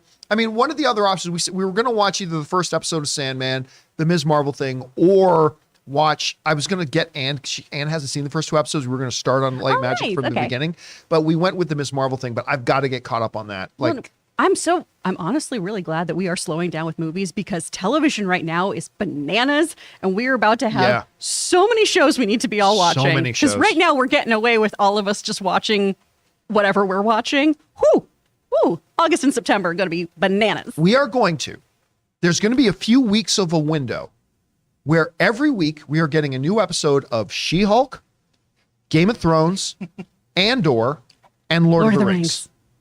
That's not even counting anything else that's going to be on television. Yeah. I mean, it's going to be absolutely nuts. All right, what's next? Oh, Jonathan just left.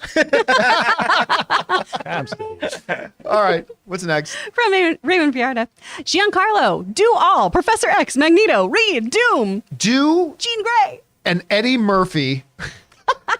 Pull an Eddie Murphy. What's one of the movies that he played like every role? I don't know.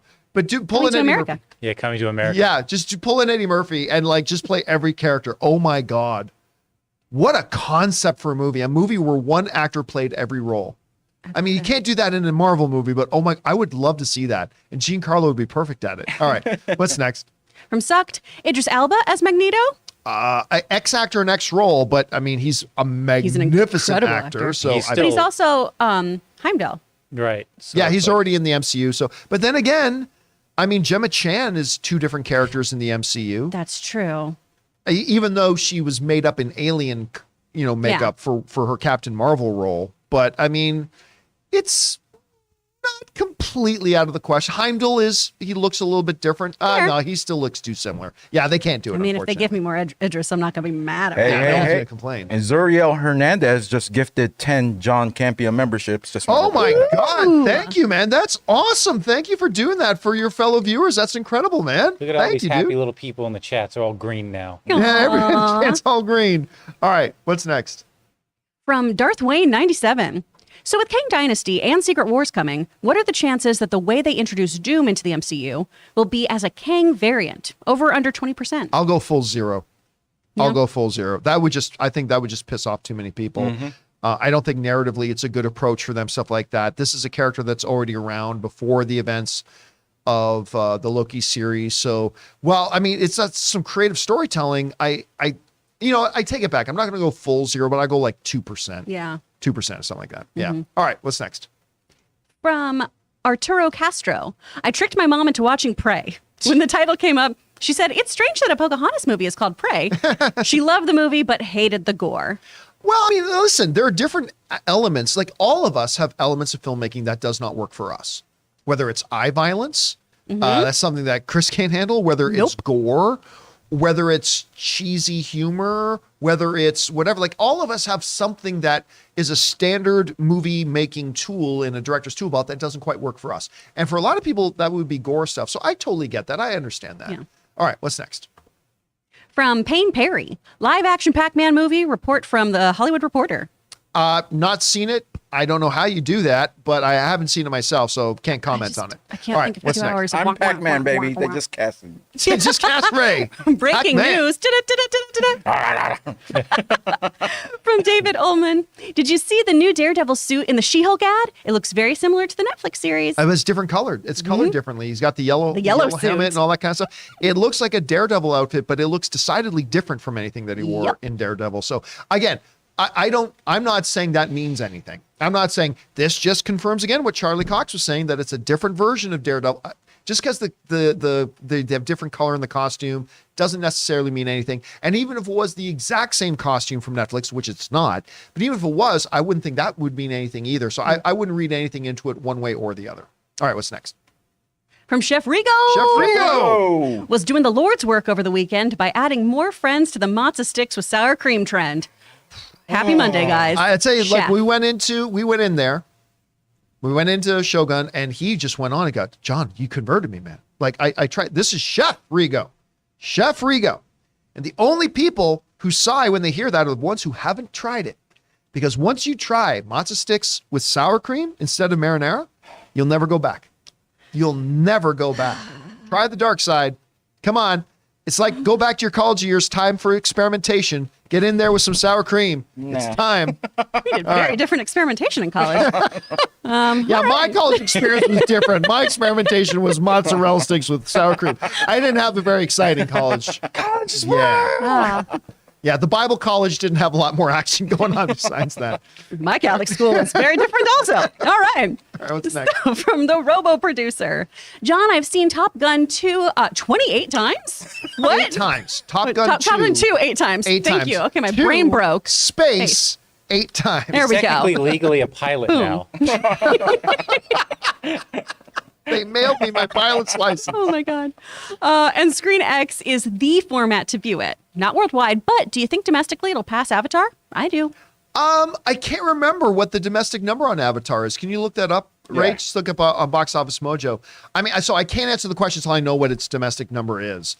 But I don't think its domestic number is ludicrously high, like The Force Awakens. I think it might be in the 600 range. If it is in the 600 range, then yes, it could. Domestic is 662,500,000. Isn't that just what Top Gun passed? I think. Maybe it's not, but yes, let's listen. It just made 7 million this weekend.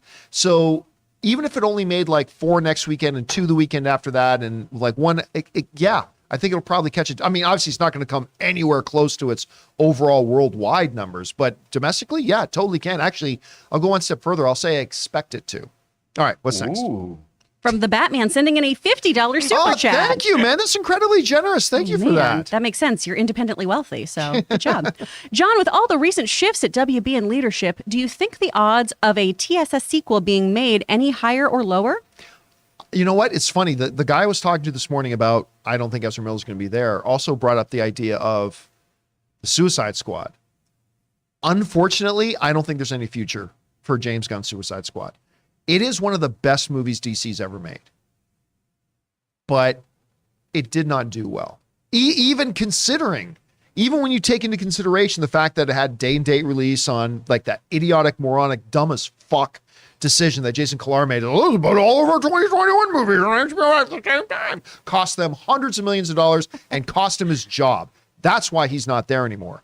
That's why the first thing David Zaslav did is your ass is out. That was official audio, by the way. Yeah. The meeting. Yeah, from a hot mic. Yeah, that would, by the way, was an actual audio recording of the meeting. But even taking that into consideration, when you match it up with other films that had the similar release, it did not do well box office wise at all. So as good as I think the movie is, and I would love to see James Gunn's Suicide Squad universe continue. And by the way, we kind of are in Peacemaker, which has done great on HBO Max for them as a series. Let's put it this way. I will be pleasantly surprised if they do. I'll be pleasantly surprised if they do. All right, what's next? From Ernest Lau. Hey, crew, fan from Hong Kong and living in Australia. Nice. I'm excited with Avatar, but unfortunately, there isn't IMAX where I'm living. Insane idea flying to another state just to watch it in IMAX? Listen, dude, I literally drove almost 2,000 miles when The Phantom Menace was coming out, so I could watch it in my favorite movie theater. Like, no kidding. So listen. Totally worth it, too. Yeah, and it was. It was just to see Star Wars on the big screen again. Ultimately, I hated the movie, but I mean, that first experience of seeing Star Wars on the big screen again, I mean, it was a religious experience for me. So it is not the most crazy thing in the world to me. Like, if you love Avatar, the first one, and that's a real meaningful movie to you and you love it, and you want to see it a certain way, I think that's awesome, man. Listen, movies are experiential events. And experiences are the one commodities we have in our lifetime that are immutable. You can make money and you can lose it tomorrow. You can have a house and not have the house tomorrow, or be in a different house, whatever. But the experiences you have in life are the things that stay with you forever and can never be changed. And so I'm all for it. Do things that give you experiences. You know, I was listening to one of my favorite commentators, and he said, look, I'm very cheap, but I will spend money on experiences. I will spend money on experiences. He said, I'm real cheap when it comes to the things I buy and all this kind of stuff. But experience, he was talking about his family stuff too. Like, I will spend money on experiences because these are things that stay with you forever. And then if you have kids, stay with your children forever. And listen, if you're a movie fan and you think that's something you want to do, go for it. Go and do it, man. I think that's awesome. All right, what's next? From Jai CSC. Would there be any advantage for WB to have a 1 to 2 year window with no DC theatrical releases to separate between the old and new? It could be, but I don't think it would be absolutely necessary. Like, listen, if we found out that, hey, okay, after Aquaman comes out, no, in no more DC releases till 2025 or 2026, whatever, I wouldn't be against that idea. I mean, I think there could be something there, but would it be necessary? I don't know that it would be necessary. I think we as the audience we're a pretty sharp group. Not always, but we're a pretty sharp group. And like, if there was, listen, this one movie came out and then 8 months later, this new movie is coming out, which was the start of a brand new DC universe, which, by the way, we don't know they're even going to do it that way. Yeah. But if they did, I think that would be fine too. All right, what's next? From Fiction Films, last episode of Loki and remember the broken statue in Kang's lair. Do you think we'll see how that happened in Ant-Man 3? No. I feel like that was just some set dressing. I think that's just some set to kind of set the context of what's happening. I don't think it was anything narratively important. Could be. I mean, absolutely. It's possible. There's always a possibility. But if you're asking, do I think that's what they will do? Yeah. Possible, yes. But do I think they're going to do it? No. All right. What's next? From Wraith X7. Maybe Punisher will come back as a guest star or supporting character in the MCU. Maybe. But again, listen. This is a lot like when that... when in WandaVision, the fake Pietro showed up. Yep. And I told everybody, that's not Quicksilver. And everybody said, John, yes it is. You're stupid. I'm like, it's not Quicksilver. I'm telling you, that's not Quicksilver. And of course, it turned out it wasn't Quicksilver. I do not believe, although I wouldn't put money on it because I know there is a chance it is. I don't believe this is the exact same Daredevil, Kingpin, whatever, that's going to be in the MCU that was in the Netflix series. I think that we're going to see some absolute differences that suggest these are different variations of those characters, although very similar. And that being said, we could get a Punisher, but even if it was played by John Bernthal, which it might not be, but even if it was, I still don't think is the Punisher that I watched in Punisher seasons 1 and 2. It would be a different variation of it. So, I mean, again, the Kingpin in the Netflix series did not have superpowers. All of a sudden, he has superpowers. Right there, this is a different Kingpin.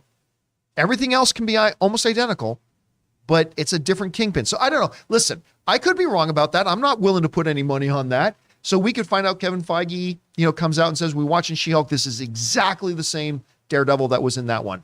Great.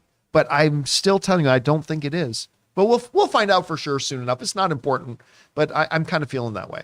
All right, what's next? From Malcolm Gray, with issues that are bound to come up with all the drama surrounding the actors of their big characters, would DC be willing to introduce legacy characters to their audience like Wally West's Flash? Let's read that again. With issues that are bound to come up with all the drama surrounding the actors and their big DC characters, would DC be willing to introduce legacy characters to their audience like Wally West's so Flash? just to completely go to a different character because of the drama surrounding an actor who's tied to the larger character. Maybe, but you can just get a different actor playing the character. Yeah. Right? I mean, when they couldn't have George Lazenby playing James Bond, they were able to get somebody else to just play James Bond. And boy, were people heartbroken about that. And then when Pierce Brosnan couldn't play James Bond, you just got some. They didn't have to introduce a new 007. They just said, no, this is now our James Bond. Mm-hmm. I really, and when they moved on from Sam Raimi's Spider-Man, they just had somebody else play Peter Parker. And then when we moved on from the Andrew Garfield Peter Parker, they just got to visit another Peter Parker. I don't think they need to. You can,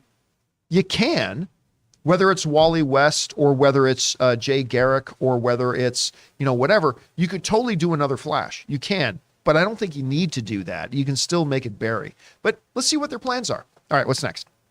From Mufasa, mutants are now descendants of deviants in comics. Could be a way to do it in movies. Listen, comic book movies don't need any excuse to do anything. They can say anything at any time and come up with a way to justify it, right? What they're doing in the comics now, though, is not what it has been for decades. So I don't think they're going to work that in there. I don't think they're going to make that a part of it at all.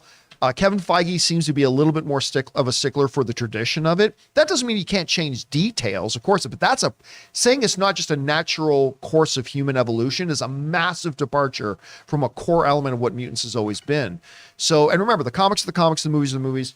I don't know. Anything is possible. So let's see what Kevin Feige decides to do. All right, what's next? From Timothy Carter, could Kevin Smith be the DC Kevin Feige? No, not at all. Kevin Smith has never made a hit movie. He hasn't. He has in my heart. I mean, yeah, me too. Look, everybody knows I'm a huge Kevin Smith fan. Like Clerks 2 is like a top 20 most important movies to me of all time. Like, I love Kevin Smith. No, he cannot be. I mean, show me a hit movie he's made. I mean, I don't think, and plus he's got no experience as an executive. So as much as I love Kevin Smith, there's no way he's WB's Kevin Feige. No way. He'd be more of a character consultant. Yeah, maybe maybe it's a fun character or something like that. I can absolutely see that because he's great, but no, absolutely not. All right, what's next? From Vitmore Steinfeld, Elijah Wood should play Nightcrawler. X actor and X role. Would he be great? Look, all you gotta do is He'd be get a great. talented actor. Sure. He's great. Would he be a name if they announced it? I go, oh, that's cool. Absolutely. But does it have to be that, or would he even be in my top 10? Probably not, but it'd be an interesting casting. All right, what's next? From Santos Henderson, I want Cavill back. Back the truck up, WB. God, I want that so bad. Cut the check. I want that so bad. Now, again, you don't be stupid about it. Don't pay him money that he's not worth. Like, don't pay him $40 million to be in a Superman movie. No, that's not worth it. You can put that extra $30 million to other good use for the movie. But God, I want him back as Superman so bad. I really do. All right, what's next? From Mr. Downtown. Hey, John and crew, what if Giancarlo's Professor X grew up during the Civil Rights era and had witnessed family loss during racism in the South? Well, now what we're really talking about is what the Magneto character's motivation is. Remember, what the Magneto character needs is a pivotal event in their childhood that forever shaped the way they view humanity. Mm-hmm. The way they had done that traditionally has been Holocaust surviving. That's now too far into our past to be realistic. Mm-hmm. So now you're looking at other human atrocities, whether it's something like the Rwandan genocide or the American Civil Rights Movement or things like that. There are other things you can come up with that says that this, as a child, this person went through this and it forever painted how they view humanity as being irredeemable, a lost, corrupt species. Mm-hmm. So whatever that is, it has to be something along those lines, and that could be it. Yeah. All right, what's next? From Adrian Bonds, I think people's expectations for Joe Coy's movie were too high. He doesn't have many comedy movie credits. No, that's true. But again, nobody went into Easter Sunday thinking this is going to be the greatest comedy of all time. He just wanted something that was going to be funny. And if you're saying your expectations were too high, wanting a comedy to be funny, well, then you really shouldn't have made this movie at all. But you're right. He doesn't have much movie experience. And again, there's something I said during the review is this is a really good example that there is a difference between being the funniest man alive on stage, just you and a microphone, and the art of making a movie. It's two different things. And one, I guess, doesn't automatically translate into the other, unfortunately. All right, what's next? From A. Marcellus, I know you hate the idea, but I'd rather have Magneto have his origin tied with Hydra. That way he can stay Jewish, but we now have a modern take. Listen, you can still have him be Jewish in any way you want. Absolutely. I mean, there's still other ways to do it. One, and black Jewish people exist, guys, too. Yeah, if it isn't Denzel. So, I mean, that you can do that. I'm not opposed to that. I'm just saying, though, I don't want them I don't want to see them to take Magneto, who it's right in his name, everybody. It's right in his name. It's a part of his name. All of a sudden, introduce an entirely new fantastical superpower that has never been a part of that character. Just so you can have a background that wasn't even the character's background for the first almost 20 years of the character's existence. So, I mean, there's still things you can play around with to include or not include. And again, listen, I'm just going to see the movie. Whatever they decide to do with it, I'm sure will be fine. But that's just the way I would kind of handle it personally. All right, what's next? From Zachary Leddit. Hey, John, I know you're not a fan of X actor and X role, but what would you think about Miles Teller returning to play the Maker opposite of Krasinski? Doubt it would happen, but think it could be fun. Again, it's an X actor. Look, all I care about is, do you cast a talented actor? Miles Teller is one hell of a talented actor. You don't have to like all the movies he's been in. I certainly don't like all the movies he's been in, but he is a gifted actor. Yeah. And if you have not watched, what was the name of the Godfather show? The Offer. The Offer. If you guys have not seen The Offer, you have to watch The Offer. Miles Teller kills it in that. But so listen, would it be my pick? No, but if they announced it, would I go, cool? Yeah, just because it's a talented actor. All right, what's next? From Sucked, this year has been a year of best horror kills. Okay. I need context for that, but sure. All right. I mean, maybe that's a reference to Bodies, which I have not seen yet. Or Stranger Things. That was, as much as I hate eye violence, woo, what a way to go. Yeah, there's some good stuff in Stranger Things. Absolutely. All right, what's next? From Timothy Carter, bring back Cavill and Affleck, world's finest movie. Yeah, I mean, listen, I've always said this, and I will, even, you guys know, Ben Affleck is my favorite Batman. Henry Cavill is my favorite Superman. The stories are not there to serve the actors. The actors are there to serve the stories. And if you know what you want your story to be moving forward, and that can't include Henry Cavill or Ben Affleck as Batman, you don't change your story just so you can get certain actors in it. I've always believed that. I still believe that. Hopefully, that's not the case, though. I would love, I don't see Ben Affleck coming back as Batman. Obviously, he's going to do some quick cameos in a couple things, which is great. I'm super stoked about that. Again, he's my all-time favorite Batman. I don't see him coming back to play Batman again in a feature, like as a feature character. But I don't know. We'll see. You know, it's what I want, though. It's what I want. Can't always get what I want, though. All right, what's next? Sam Automatic. After watching Prey, I want to see Amber M. Naru in the MCU. Any role. Don't care. Just love her energy and think she'd be great in the franchise. Doesn't have to be in the MCU. It can be anything. I just want to see more of her. Like, she kills it in this. And I know, I can't remember what it was. She was in something else previous to Legion. this. That's right. And I don't even remember who she was in there, to be honest with you. So this is really, I'll count as my first real exposure to her. She's great. And so I would love to see her in anything. It doesn't have to be MCU. It doesn't have to be DC. It doesn't have to be sci. It doesn't have to be genre. Just put her in Law and Order, for heaven's sakes. I'll tune in and check her out for sure. All right, what's next? From Ernest Lau. Hey, crew. I'm from Hong Kong. Oh, we've seen this one. Yeah, we got to support. So then we're just ending with Irene Jobson sending in some support. So thank you, Irene. All right, guys. And is there anything else from any other channel member stuff to come in? No, other than there's some news that Olivia Newton-John just passed away. Oh, wow. No. Nicole Johnson was the first to report it on air. It's on her Facebook and on her Instagram. Reported